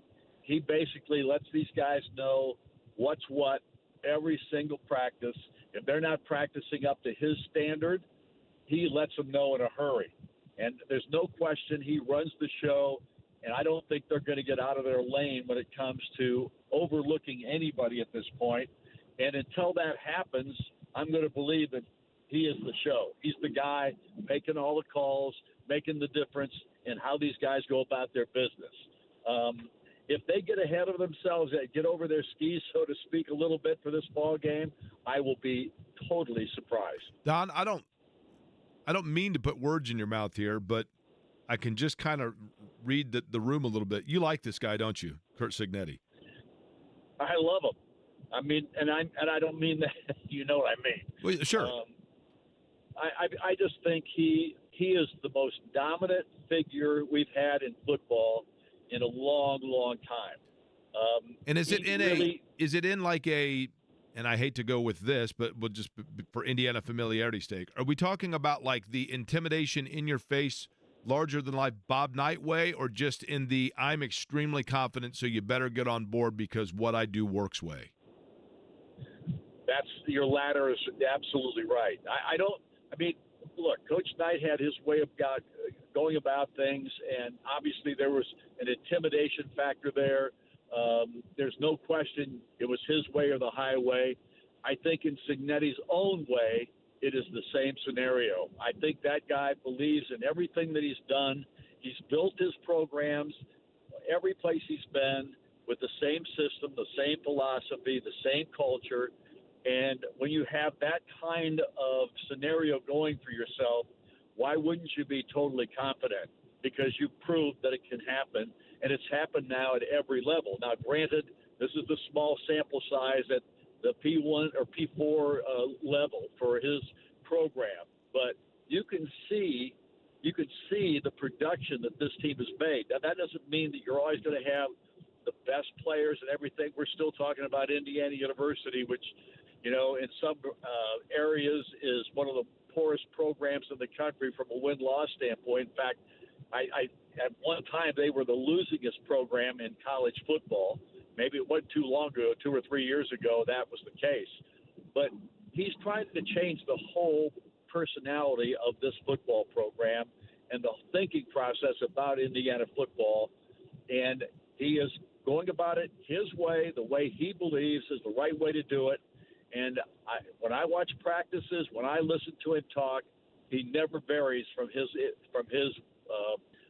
philosophy and the way he goes about things. He had a press conference at noon today, and that press conference never wavered on, we had a nice win. That was a really good win to get, that kind of thing. But then he said, but we've got a lot of work to do. There's no way we're going to go out there and play and act like we're there now, or that we've accomplished something. We haven't accomplished anything at this point other than winning games. And I just think that when you have that kind of thinking process and you convey that to your players, you can't get away from it. You can't think differently. You've got to think the way the coach thinks, and I think everybody's bought into that. Don, I always go back to, and I loved it, when somebody asked him, during media day or one of them, what's your selling point to kids on why they should buy into what you're doing? And he said, well, Google me. Just Google me. And I thought, now that rings with Don Fisher, because I know if there's a guy that uses the internet to validate things, it's Don Fisher, right? I mean, that much we know, right? That's your common bond, Don. Oh, yeah. Uh-huh. Hey, listen, it was great to listen to the game, and I could tell the fact, I could tell through the radio just how excited Indiana fans were, because I could hear it. And for you guys as well, and Northwestern on the road now, and then back to try to hopefully get a packed house against Nebraska, but one step at a time. So, Don, we'll talk to you next week, and maybe we'll be talking about a continuation of an unbeaten season for the Hoosiers as they are at Northwestern. 3:30 coming up this Saturday that you can hear on these radio stations. Appreciate it, Don. You bet. Thanks for having me, guys. See Don Fisher, the voice of Indiana. Listen, it was and again, it used to be Nebraska was aerial photo day, right? Like Nebraska or Ohio State. I remember I'll never forget when I covered Missouri, and I walked up into the new renovated press box at Missouri, and they had this huge aerial photo of the Missouri football field, and I said, this entire thing's red and white. They said, well, we took the photo when Nebraska was in town because it's the one time we sell it out. And I'm like, well, I mean, that's typically what Indiana would do when Ohio State would come to town, because then it was at least all red, right? Yeah. Nebraska will travel, but Indiana, there's going to be a few tickets for Nebraska fans to have. I am happy that IU fans showed out. I am happy that the student section was packed. I will say, though, and I say this mainly tongue-in-cheek, we didn't get a chance to get to it Friday. You've seen it by now. Kurt Cignetti sent the email to the students hoping they would come out. My freshman year at Indiana, 2013, it was so bad from an attendance standpoint that Kevin Wilson was literally running through the dining halls begging people to come to the games. If they didn't show up against Maryland, we were so close to Kurt Cignetti running through right food court. Like, guys, come on. Didn't Kevin Wilson get in trouble because he lived in the dorms temporarily when he moved there and came back one night and got into an argument with somebody? Is that what it was? Something like that. But somebody got too many pork fritters, and he's like, what are we doing? In the spare time, he was getting in students' faces like, hey, guys, come on, we got to have you out here. I wanted that for Kurt Cignetti. When I was in school, like I told you, to get basketball tickets, I think you had to get Same way football for tickets us. Same way for to us. get the basketball tickets. And then people are like, what are we doing with this? The old joke was you got, I had 2 Indiana tickets in my car. Somebody broke in, left 4 more. I mean, that's how it used to be, right? But pretty cool nonetheless, no question about it. By the way, EJ Speed, director of speed for the Colts, 40 minutes from right now.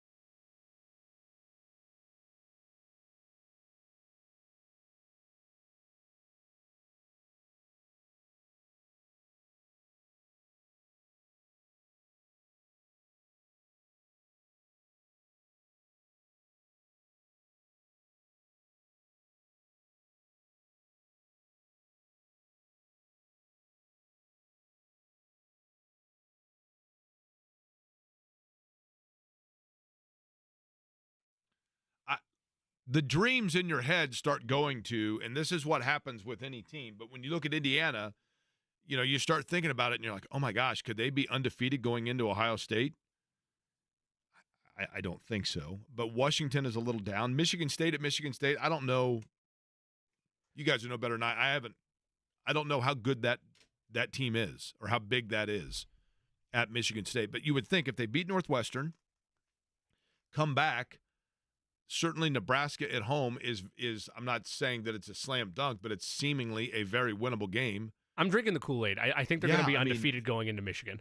I think they're going to be undefeated going into that game. Michigan's big, right? Now, what's interesting is this. If you look right now, like the Northwestern game, $153 to get in the door. Wow. Now, I will say part of that. Indiana Northwestern. Now, I will say, and I know this because you've seen it on the secondary market, they're playing on that temporary field that is like.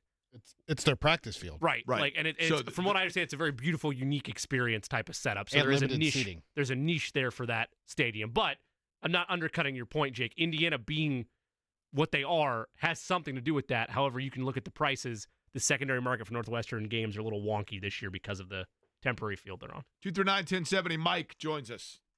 Mike, what's up? Hey, Jake. How are you? I can't complain. Yourself, Mike? Have you called the show before, Mike? Yeah, I'm the safety director for the company. Okay. Well, things are going safe, too. Anything we should know about in terms of funny business going on outside? No, I mean, maybe with that morning show, but, I think you need to probably be drug tested. Hey, but no, North Central Class of 88 here, graduated with your sister. Okay. And I can't remember last time, unless maybe it was a COVID year, that we were talking about going bowling in the first week of October. Well, actually, Mike, I can tell you when that would be. And I want to preface that. I'm like everybody in the office there. I'm drinking the Kool-Aid, too, because it's been so damn long that we got to be a part of it. Did you go to IU?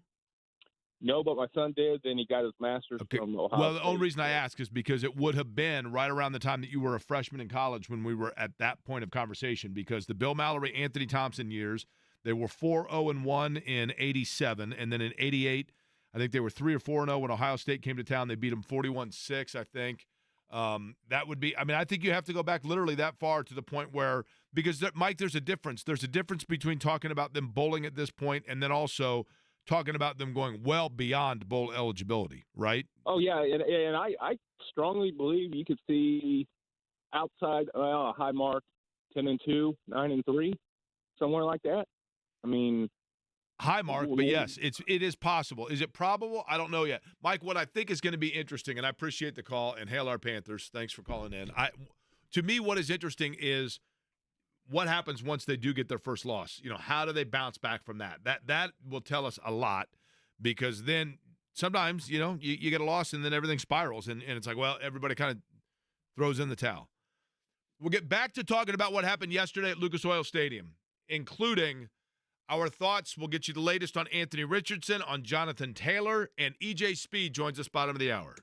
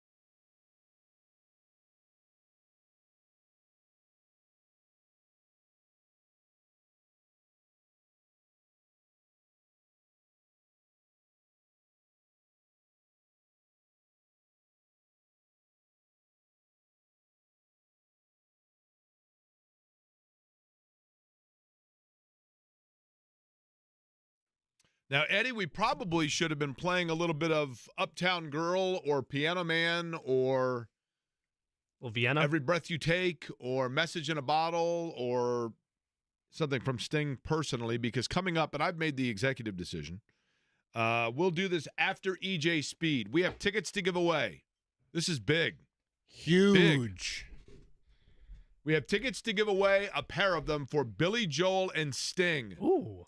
Actually, it's 5 pair of tickets. But we're not giving away all 5 today. Correct. I'm saying today we have a pair of tickets to give away. I know. I'm just letting everyone know we have a pair to give away every day this week. He's very excited about all the tickets to give away. But not to mention, if you miss out on our show, you can have a chance to win them on John's show from 3 to 6 or on the morning show from 7 to 10 a.m. Tickets go on sale for this this show is February the 8th. Tickets go on sale this Friday at 10 o'clock in the morning. Billy Joel and Sting, Saturday, February 8th at Lucas Oil. And our friends at Live Nation have allowed us to give away a pair of tickets each day this week. We will do so coming up after you hear from the director of Speed, EJ Speed. Yesterday, the Colts got even back at 2-2. And I mentioned earlier, and I'm going to mention it again, it's another dichotomy Monday because you're thrilled for the fact that they won. Obviously, you'd rather win than lose. I mean, that goes without saying. But I did see a lot of this. I asked yesterday after the game to tell me in 3 words or less your thoughts on the Colts getting a win and Anthony Richardson being dinged up and out of the game. Here are some of the responses that I got. This was on X Twitter. Experience wins games. Strong first quarter. That's one that I'm going to go back to because I thought that was a really good one. Tight end targets with a question mark. Fast, efficient start. Winning cures all. Just hang on. I like this one. 16th draft pick. Oh, man. Because it does kind of feel like they're heading in that direction, right? I think, okay, I'm officially annoyed. That's one.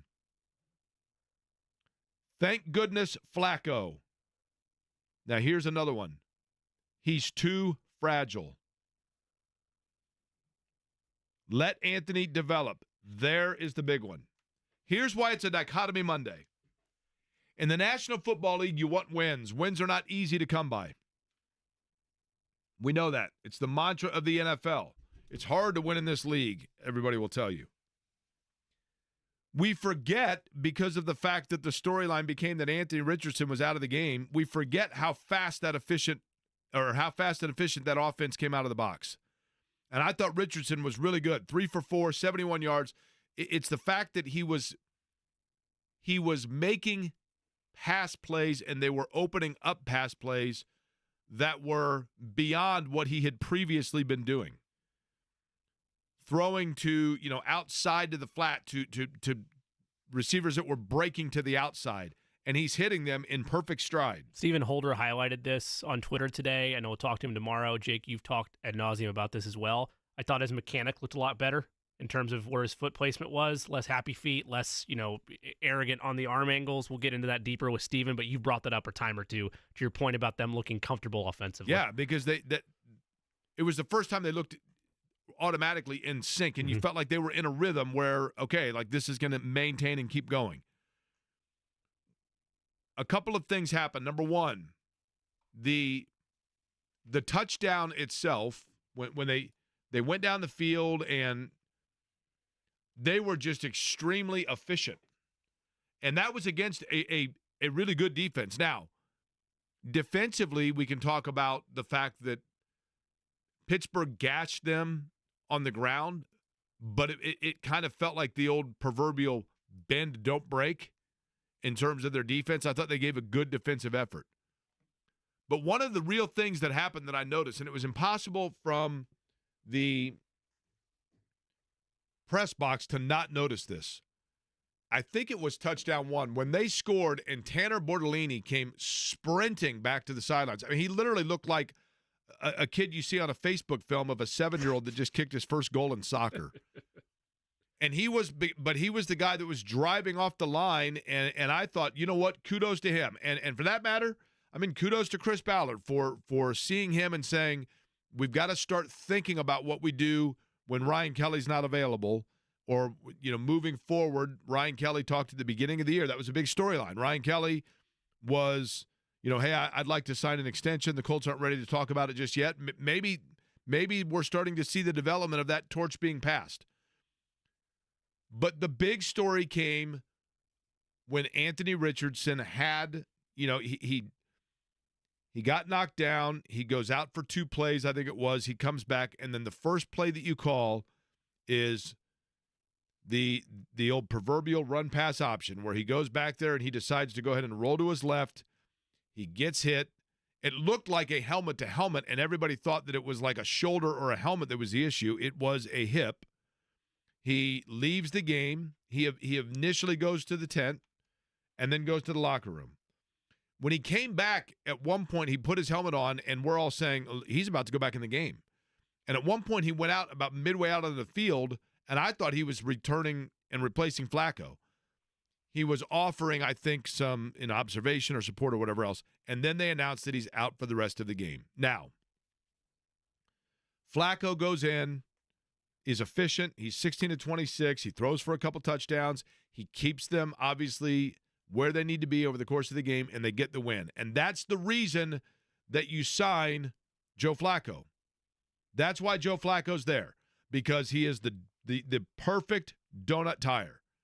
And by that I mean, at this point in his career, he is a guy that if you need somebody to simply all of a sudden, like you didn't expect to have to change a tire, but you've got to get to the next exit down the road to get to Jiffy Lube, where, by the way, they're going to rotate your tires for free, along with $20 off an oil change if you happen to be a member of any monthly car wash program. But you want something that just gets you to the next destination. But if you start driving your entire vacation on the donut tire, eventually you see why it's a donut. That's what Joe Flacco is at this point in his career. And I know that the narrative and the temptation is there for people that if they're winning games with Joe Flacco while Anthony Richardson gets healthy, then you stick with it. You simply cannot do that. Because this year, as tempting as it is and as challenging as it is, this year is all about the development for the long term of Anthony Richardson. And you cannot develop him unless he's out there playing. And you can't let him exercise demons of mechanics and bad plays and bad throws and coming back from it unless he's out there playing. And yes, I understand that the more the Colts are hanging around in the South or hanging around in the wild card, people are going to want them to push in and go for it and do what's going to give them the best chance to win that week. The Colts this season has been not about winning this week, but winning this decade, for example. And I will go back to, it is great when you take out a loan to pay off a credit card, and it feels great to see that credit card balance at zero, but what you're forgetting about is you still have now a new loan to make payment on, and you have temporarily taken care of a problem, but not taken care of it in the long term. And if Anthony Richardson is able to play, he has to play, because otherwise you are simply temporarily in the short term taking care of a solution and not addressing the bigger picture of the long term. Joe Flacco is going to be 40 in 4 months. You know what didn't happen this whole offseason? Teams clamoring at the front of the line to get him as their starting quarterback. He's a good backup QB at this stage of his career. He can win you a spot start or two. He's shown he can even extend it to a little bit of a longer medium type winning streak, but you know how the movie ends. You saw it last year in Cleveland. There is no world with Joe Flacco as the starter where this team, short-term or long-term, have significant gains on their win-loss total, have significant gains on what they can achieve this year, to the point that you really sit there and say, man, I think Joe Flacco gives us a better chance to win. Let's go play him over Anthony Richardson. The only way you would even think about doing that is if you legitimately think the Colts with Joe Flacco are a Super Bowl contender. And they're not. They're going to be, either way, a fringe playoff team, barring the Texans looking more like they did against Minnesota than they did against Jacksonville and they did against Indianapolis. It's the Texans' division to lose. So you're looking at maybe one perhaps 2 wild card spots. And we could argue, and we will argue until season's end, where the teams are they're going to be fighting for that spot. It's any range from the Bengals to the Jets to the Ravens to the Steelers, depending on how the AFC North winds up playing out. There's no significant increase other than, hey, maybe there's short-term happiness for you week to week, more so than there would be with Anthony Richardson and the struggles that might arrive. You can't just throw the veteran out there and hope that your season's fortunes in the long term are going to get simpler and easier. You're running from your problems, and you're running from the future of this franchise if you don't have Anthony Richardson, as long as he's healthy, be there and play it out and find out what he is. Hey, Jake, this on text. Quarterbacks get banged up, period. AR is so young, and his body literally hasn't been hit enough because of lack of football experience. With these reps come development of not only quarterback skills, but also body blows. Do you think there's an element of that affecting the way medical staff and team is handling him, quote, playing through injuries? No. Because look at Andrew Luck. Andrew Luck had all the experience of his body getting banged up. So you know what he did? He said, you know what? I'm glass, Joe. I'm good. I'm gone. No, and I get it. But Anthony Richardson's, his body is, if anything, the key point about him is the fact that his body is this Adonis-like body that is supposed to be able to maintain. I think a big part of it for Anthony Richardson is this. I mentioned it's Dichotomy Monday, right? Yeah. The dichotomy of the Colts won. We should be celebrating. We should be happy. But it's like, well, but Anthony Richardson, what's going on there? That's going to be the storyline all week. And Jonathan Taylor's ankle. Both those things, right? Part of, for Anthony Richardson, the real conundrum, name me a quarterback in the National Football League that starts right now, boom, go, Jimmy. Kyler Murray. Name me a quarterback that starts in the NFL right now, boom, go, Eddie. Joe Burrow. Okay, Joe Burrow and Kyler Murray. Kyler Murray, athletic as hell, right? Yep. Like a water bug. Don't. He's just all over the place. Sure. You never know. He's slippery, everything else. Slippery Pete. Joe Burrow, classic, like, perfect throwing motion, like laser accuracy, etc. Anthony Richardson, the thing that is so sexy about Anthony Richardson, the thing that is so captivating about Anthony Richardson, the thing that you just fall in love with when you look at the tape on Anthony Richardson, man, in time, he's got an arm of an accuracy or an arm strength that can outthrow the accuracy of a Joe Burrow. He can throw it 65 yards in the air. Man, in time, when he learns to know when to tuck and can see the angles like a Kyler Murray and can run, he's faster than everybody, and he can withstand that first hit. He's like a fullback that can throw his ability and his athleticism and his physicality as a runner is a huge part of what is so intriguing about him. But yet, there's a balance there, because in order to develop that passing game, you want the threat of the run to keep defenses like having to come up to the box and then he beats you long. But in order to develop that, you have to actually show that, in fact, you're not just bluffing, and he is going to run the ball every once in a while, but there's a challenge in running the ball to establish that if it's causing him to then not be able to throw or run because he's on the sideline. And the reality is, he has now started how many games as an Indianapolis Colt? What are we up to? 7? 8? 8 games. He was on the field organically at the end of how many of those? 4? 5. 5? Yeah. So you're looking at, on average, based on the body of work that we've seen, you would be looking at a guy that is starting for you 10 games a year. You have to. It is true that you don't want to fall into the trap of living by the exception versus the rule. But at this point, is it possible that the injury is the rule and not the exception? I mean, it's a fair question. We did this with Lamar Jackson for a 2-year span a couple seasons ago, where he had that, he had a crazy season in 2018 and 2019, and like 2020 to 2022, he just couldn't stay healthy. Or he would have gaps in the season where he would miss 4 or 5 games or be out for the rest of the year. And because of his style, and yes, you're going to draw the parallels because he has a similar play style to what Anthony Richardson wants to be. So, yeah, there's natural comparisons there, but we did that with him, and he was able to shake it off. But like anything, it's repetition. It's continuing to get more opportunities that's going to allow you to shake that. What I keep going back to yesterday, and it's less so the conversation that we already had earlier of who do you blame, Shane Steichen or Anthony Richardson, when he gets hurt again on the second play. You were there, Jake. So, maybe there was the same conversation that I was having at home in the press box, but I was stunned they brought him out there for that drive. Flacco was cooking. Let him take a beat. Flacco has them in the red zone.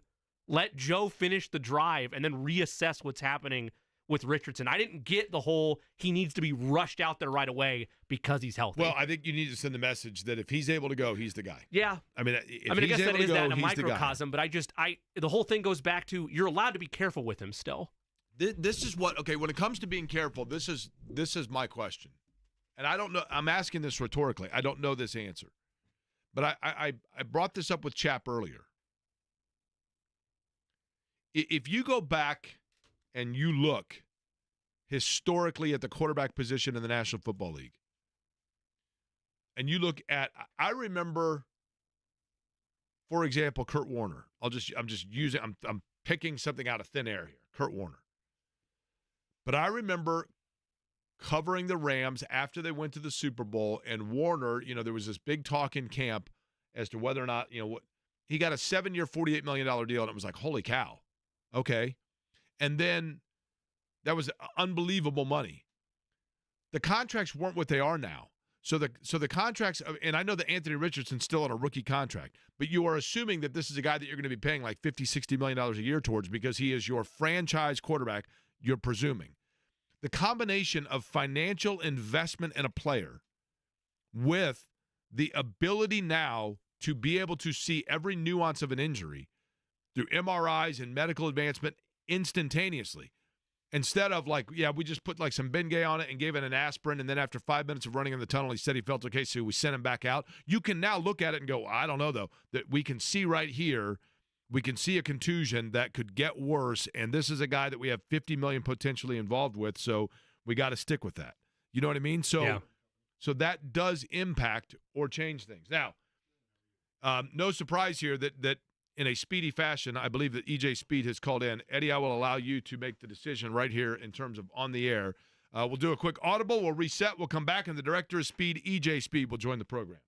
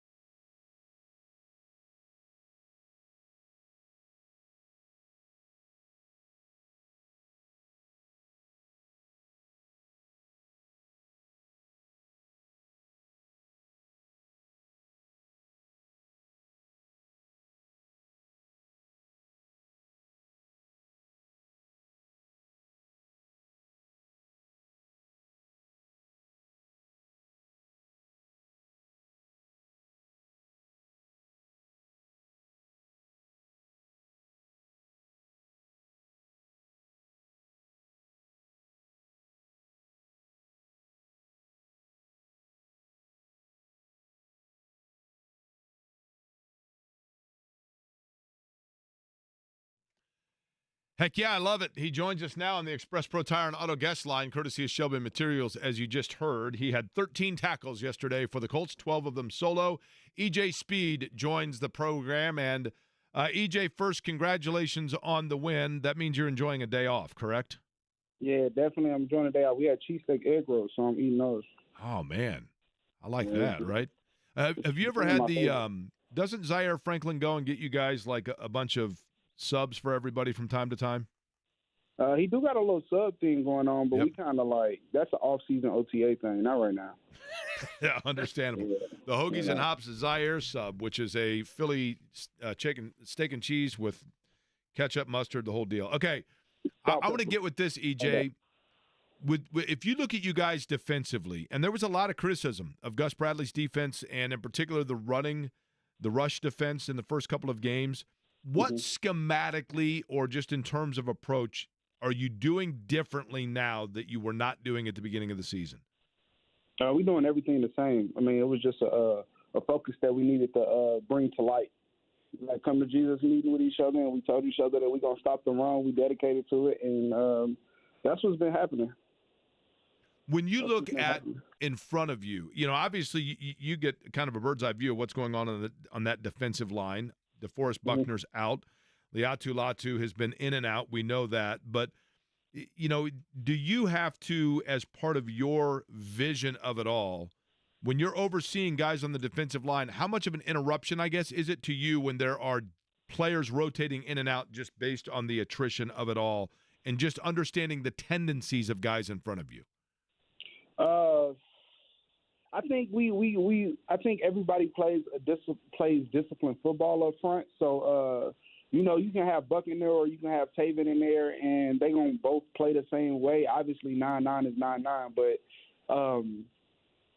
it doesn't too much change. Like we before every play, that's why a huddle is a huddle, because before every play, you can look every man in the eye and just tell them and just make sure that we're gonna do our job. And I'm good and vocal in the huddle. I always talk to my teammates and just tell them what the situation is, what the offense is looking to do. Like, you know what I mean? Like, let's earn the right to rush the passer. Let's set our arms and, stop the run first and second down, then pin our ears back. And we got Latu on the edge. So, that's a given. And Dio been going crazy. Can't wait to get Quiddy back and Sampson. But yeah, it's kind of like just everybody holding each other to that standard and getting the job done.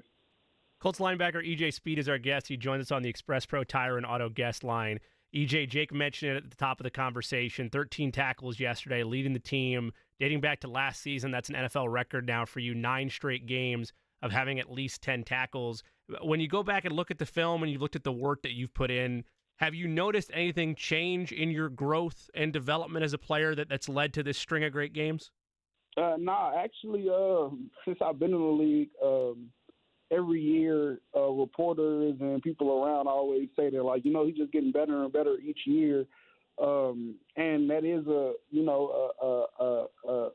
credit to my coaches and my teammates for holding me accountable, and myself, because I work very hard in perfecting my craft and playing this game. I think as long as I'm in love with the game like I am, I will always get better, because even the record that everybody been talking about, I really haven't too much paid attention to it. I always been worried about wins and losses. Like, I hate to lose. You know what I mean? So, I think winners hate losing more than they love winning. So, yeah, as long as I can win, I don't really just too much care about those stats, even though it's nice to have. Like, it sounds good. But I haven't really I only been to the playoff one time in 6 years of my career, so I'm looking to make it too. You mentioned caring about winning and losing. I know this is just focused on this week's opponent, but does it bother you at all that it's been a decade since the Colts have found a way to win in Jacksonville? It bothers me that it's been 6 years, because I've been a part of that for 6 years. Sure. The other 4 years is on the other guys. But, yeah, it's been 6 years for me, and it damn sure ain't about to be a decade, so I'm looking to get a win on Sunday. EJ, you growing up, you were not a defensive player by nature, correct? No, I wasn't. Okay. And I would imagine, maybe not like for defensive linemen, but, I would imagine for a lot of defensive players that's the case. I'm curious of this. As a linebacking position, you're kind of you're kind of a quarterback of a defense. How much of playing offensive positions as a younger player, notably quarterback and receiver. How much of that has benefited you because you can read tendency of a player and anticipate where he's going? Yeah, it definitely does benefit me. I preach to guys all the time that, understanding that most players don't want to run you over. They always want to get loose and go make the big play. You know what I mean? Some of those running backs that get downhill, you can understand that by watching film, and there's very few of them, but a lot of people are looking for the big play. So just knowing, like, when a runner got the ball in his hand, his shoulders are square, he's not looking to run nobody over. He's looking to get loose. So, just stop, come down, make tackles. In certain situations with quarterbacks, and just understanding situational football that, every quarterback got his reads, and, like, the most uncomfortable thing for a quarterback is to get him off his first and second read. If we can clamp the first and second read, then the third read should be calls, fumble, interception, and sacks. So, just understanding situationals and just growing up playing offense and understanding what coaches preach to me, I kind of like just take that into Sunday. You have behind you EJ Speed. EJ Speed, our guest on the Express Pro Tire and Auto Guest Line. He, by the way, is the director of speed here for Querying Company. You have behind you young corners that Chris Ballard has said, look, I just need to see these guys play. They got to play so I can know if they can play. Yeah. For you, how much pressure does that put on you, knowing those young guys are behind you, and what has been your assessment of them? I think that Chris always did a good job of recruiting character. Every time he brought a guy into the locker room that had great character, and with character you can grow. So with us being veterans in the locker room, I know me, myself, when a younger guy comes in and, he's a small school player or even a major D1 player, but he has good character, I just know leadership can take it to the next level. So I try to just talk to those guys on game day, in practice, and just tell them the situation. Like JJ, man, I think JJ is a quarterback one right now. He has to be our quarterback one. You're talking about Jalen Jones, right? Yeah, Jalen Jones. I think he's our cornerback one because, Kenny is Kenny. He's the leader of that room. Kenny is Kenny Moore 2-3 did everything that he's supposed to do for the Colts and for the organization and everything like that, and he continues to inspire. But JJ is out there on number one receivers, you know what I mean, week in and week out. And it's starting to flourish. It's making him a better player. So, yeah, I got all the confidence in the world in our DBs. And Kenny lead those guys, and Julian Blackman lead those guys. And I think it's coming to fruition. JJ made a great play in the 2-minute drive just this previous game on one of the better receivers in the league. So with that, he just keep growing. I think JJ is only going into year 2 or 3, if I'm not mistaken. So he got a lot of room to grow, and the sky's the limit for him. Obviously, other side of the ball, but what kind of leader is Anthony Richardson? He's a vocal leader. He comes in, he got a swagger to himself that everybody can relate to. So, and he got the big play mentality. You got to handle your business on the field first before you become a leader. In general, AR has proved to us that he can be a good quarterback in practice. The throws he made in the game, that throw to Pitt was crazy. And he came up and dotted a ball in on a hitch route. So I'm just looking for. Unfortunately, he got injured, or he could have been. He could have played a better part into this win, but AR got everything that he needs, man. And we all look up to him, man.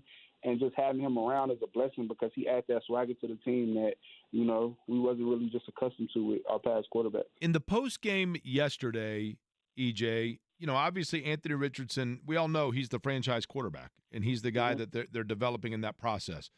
But it is valuable to have a guy that's a veteran like a Joe Flacco to come in and steady the ship, right, in that situation. How much did Joe Flacco after the game, does he assume then the quarterback leadership role, or does he defer back to Anthony Richardson in the locker room after the game celebration of this is still your club? Everything that Joe has done, Joe got a Super Bowl, so he's definitely a leader. We all aspire to do the things that he has done in this league. So when we talk about Joe and AR, Joe understands this is AR's show, and AR is the guy that they drafted and brought in to be our franchise quarterback. And Joe is just assisting AR on anything he needs, and really anybody in this locker room, man. You look at a guy like Joe when you're in the locker room, it gives you a sense of comfort, a sense of I can, go ask him anything, and he can give you like a straight-up answer as an OG in this league. So, yeah, man, Joe doesn't have to step on the field to be our leader. Colts linebacker EJ Speed is our guest. He joins us on the Express Pro Tire and Auto guest line. EJ, we've seen you guys paired up together over the years, but as you guys continue to grow in the National Football League and assert yourself, what does Zaire Franklin allow to open up to your game, and vice versa? What do you allow to open up to Zaire's game? Just holding each other at a standard. You know, we had similar careers, so we both understand each other. And we've been together so long, and, you know, we create a brotherhood. So it's just that, you know, when we step on the field, we know that we got each other's back. And no matter what, through the ups and downs, even from the first and second week stuff that we had with stopping the run, we didn't blink. We just knew that we had to buckle down, buckle our chin straps, and go out there and do what we need to do. So we've been doing that our whole career. And shout out to the trenches. Anybody want shout out to the trenches. Episodes drop on Friday. Follow us on Instagram, and you know, come have a good conversation with the boys. Okay, so the trenches is the name of it, right?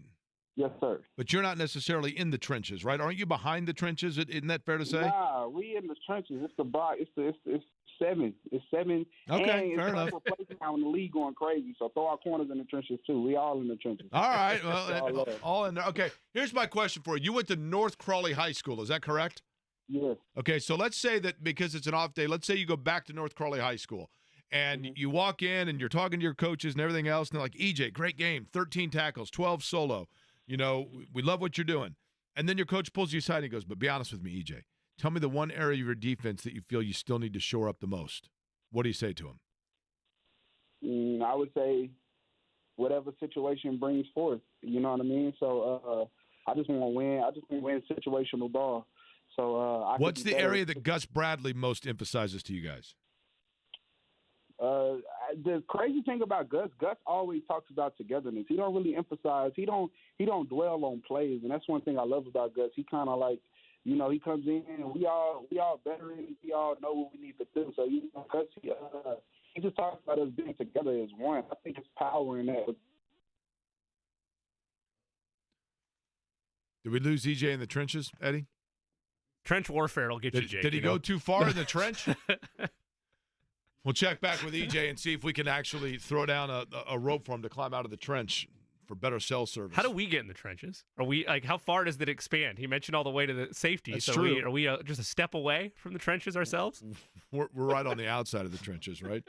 We're digging the trench. We're digging the trench. We have That's our what own we do. YouTube page. Yeah. That's close. Yeah. Okay, so EJ, again, what I was just talking about was, you know, with Gus Bradley, like, is there an area of emphasis, maybe even like of a scheme that he wants to see you guys be stronger in than another? Like I said, it's all situational ball with us. You just don't know what situation you're going to. So in the game, what situation? So he always prepare us for those questions, and he let our ability take over from there. Like we knew after week 2, we knew people in and try to open up games on us. That was the situation they preached about. So if we get into other situations, you know, whether it's pass or whether we need to be better in 2 minutes or whatever, that's what we're just getting corrected. Okay, losing you a little bit, but I'm going to try one more question here before we let you go, EJ, and that is, it is a contract year for you. That changes the mindset of a player. How? I mean, I know you want to get numbers, but when do you start thinking about that? And is there any chance that Indianapolis is not where you want to be long term? It's the drama of a phone connection. Eddie, put him on hold real quick because we got to hear that. Right? Can you imagine if he can't answer that question? then that, at no fault of his own. Yeah. Then that absolutely, like, people are gonna be like, oh my gosh, EJ Speed doesn't want to be. Obviously, none of that is the case, right? None of that is the case. Eddie is checking to see if we have connection. All right, we're gonna try EJ one more time. EJ, you probably heard the question. Contract year, I know you want to get numbers, but when do you really start focusing on that? And is there any doubt in your mind that Indianapolis is where you want to be long term? No doubt I want to be in Indianapolis. I love Indianapolis. 6 years, they took a chance coming out. So me and Chris will sit down when it's right. But right now, at the time, I'm a first year. I got to prove my and I need to win. Every win, and we need to playoffs and take a shot at that Super. All right, we got the overall gist of it. EJ Speed, I appreciate it. The director of speed for Query and Company. We'll let him go just because we were losing signal there. But what we got there, very easy. I think most could tell. I want to be in Indianapolis. Chris and I will sit down at one point, but they drafted me. I've been here 6 years, and this is where I want to be. So very much appreciated from EJ Speed. We need to make EJ Speed like a weekly guest. Yeah, I'd be totally down for it. I do have one nugget of breaking news, if I may.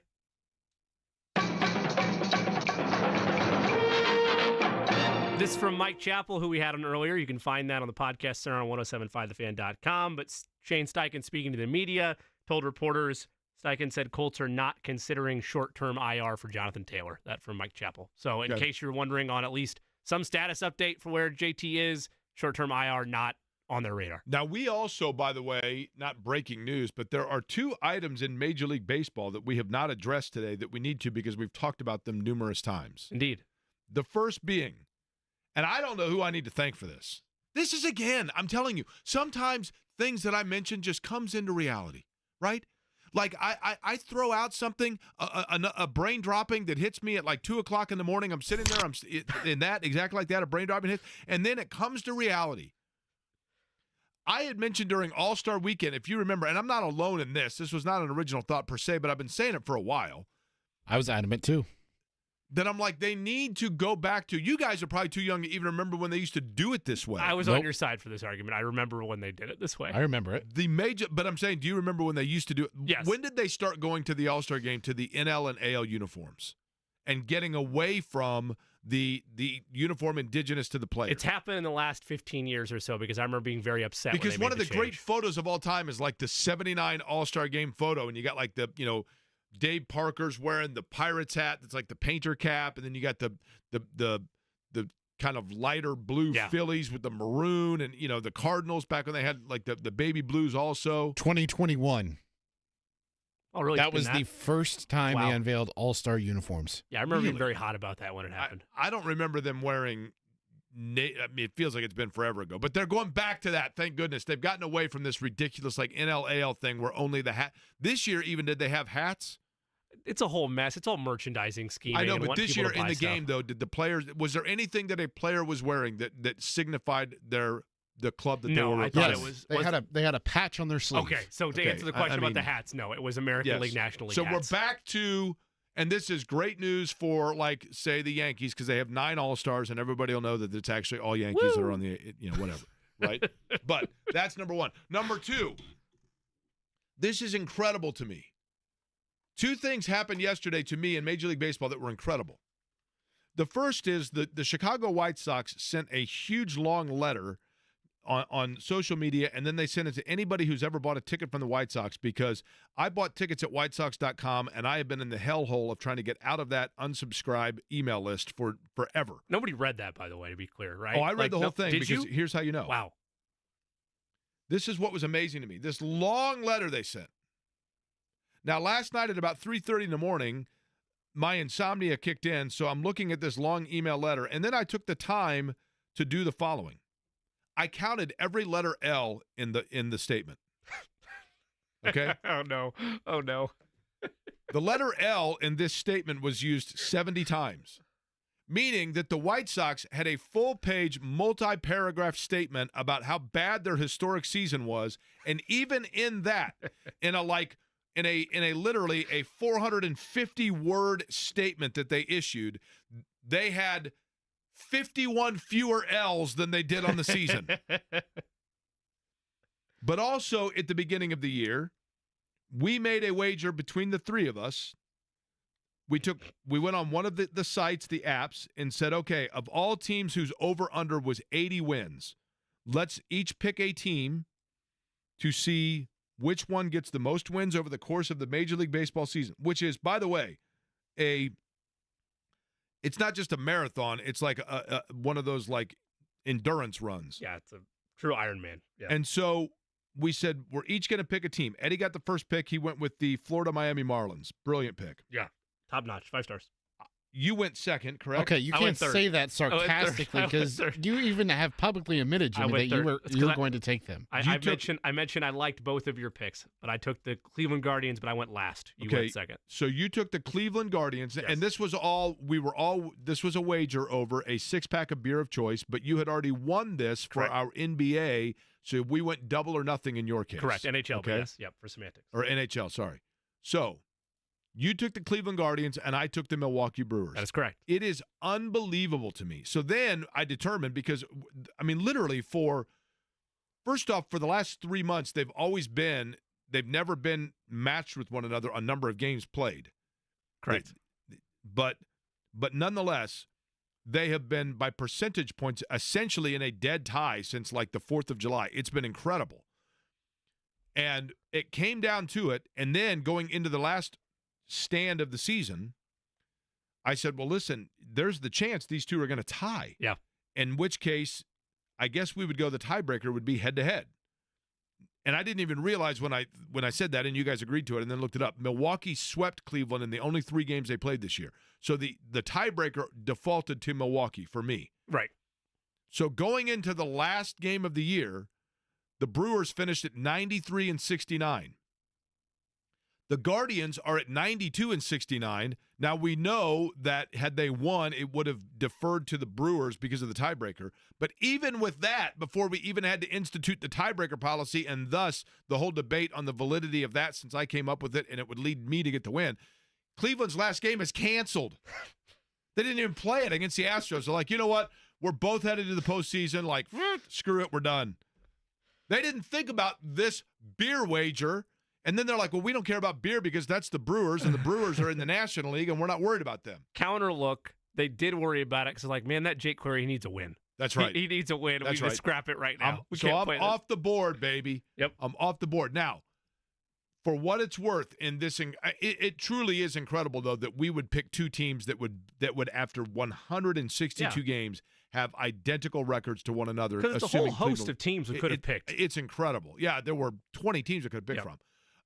For what it's worth, by the way, Eddie Garrison's Florida Miami Marlins, 62-100 on the year. Little second half surge, right? Nice go. Well, I mean, you know, Right. hey, 62-100. Well played. Well played. We'll come back. We'll get Jimmy's plays of the days next.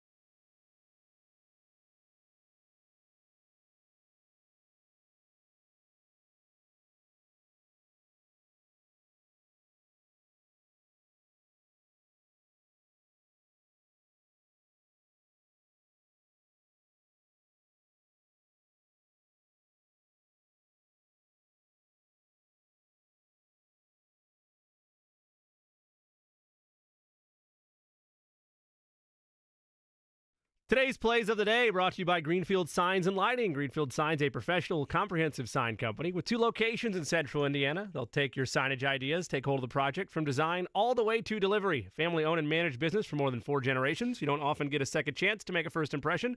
Make the most out of your first opportunity with the fine folks at Greenfield Signs and Lighting. For more information, go to greenfieldsigns.com. Today's plays of the day. Would like to get in on the second of the doubleheader between the Mets and the Braves, but because of the circumstances and who's playing for what, they don't have lines out for that. So I guess stay tuned to myself and Eddie Garrison on Twitter there. Braves currently up on the Mets 3-0 in the bottom of the 6th with the Braves having runners on first. I hear lines and second. Mets and immediately think of Keith Hernandez. Today's plays of the day focused on the Monday Night Football doubleheader. Give me the Dolphins to win outright over the Titans tonight in the first game of the doubleheader. That at 7:30. In Seahawks at Lions at 8:15, I'll take Amon-Ra St. Brown of Detroit as an anytime touchdown scorer. I'm also going to combine one bet into plus 105 odds here. Lions win the first half. Lions also win the game. Those are my plays of the day. Eddie Garrison, anything from you?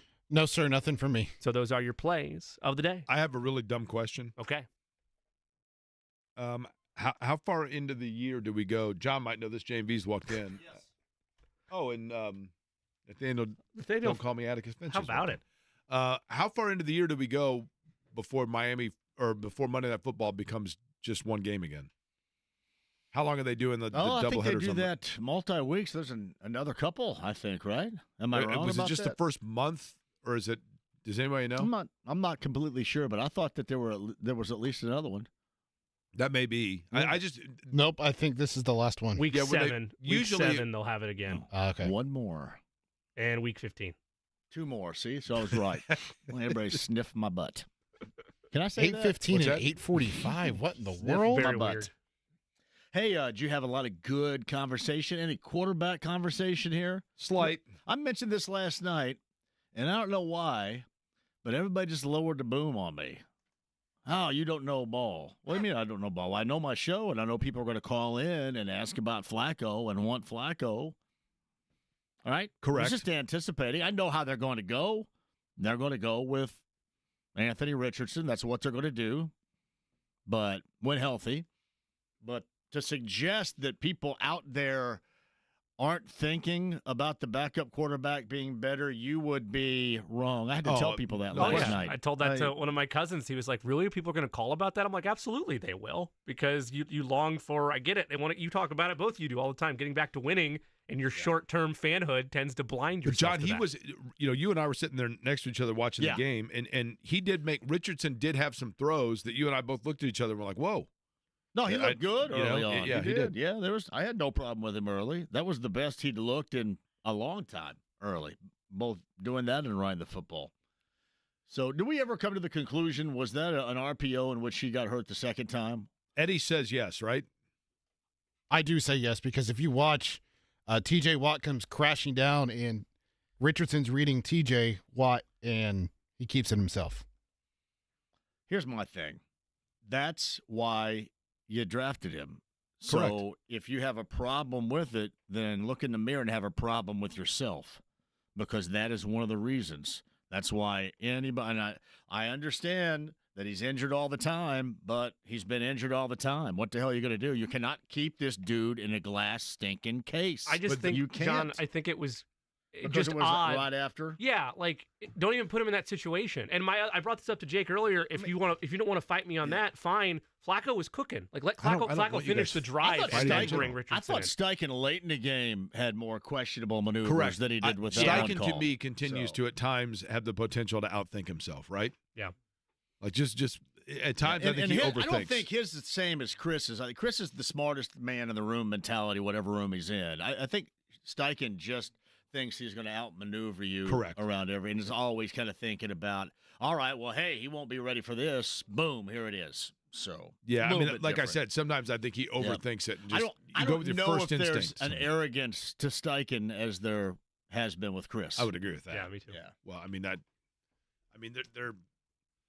I don't know who got- you consider to be the most arrogant got a person out there, message. but that would be a blank. par. I got a message last night that said, "Oh, you know what? And now you get to finally prop up Chris Ballard because you've given him crap for so long." And I'm thinking, okay, because they're 2-2. Well, I mean, because here's Justin the thing. Fields took a snap off his grill. Because he what? signed a soon-to-be 40-year-old quarterback as the backup, but yet at the same time he gave the highest-paid kicker contract to a guy that's 40%. Hey, just get inside 50 for him, and you're fine. Joe Flacco will be the first one to tell you he was doing exactly what he was brought in here to do. Of course, and that's that. Matt Gay was not. Matt Gay was not. Yeah, he was not. Alec Pierce is going to join me in about 5 minutes. John's up next. Alec Pierce joining him, and we will be back with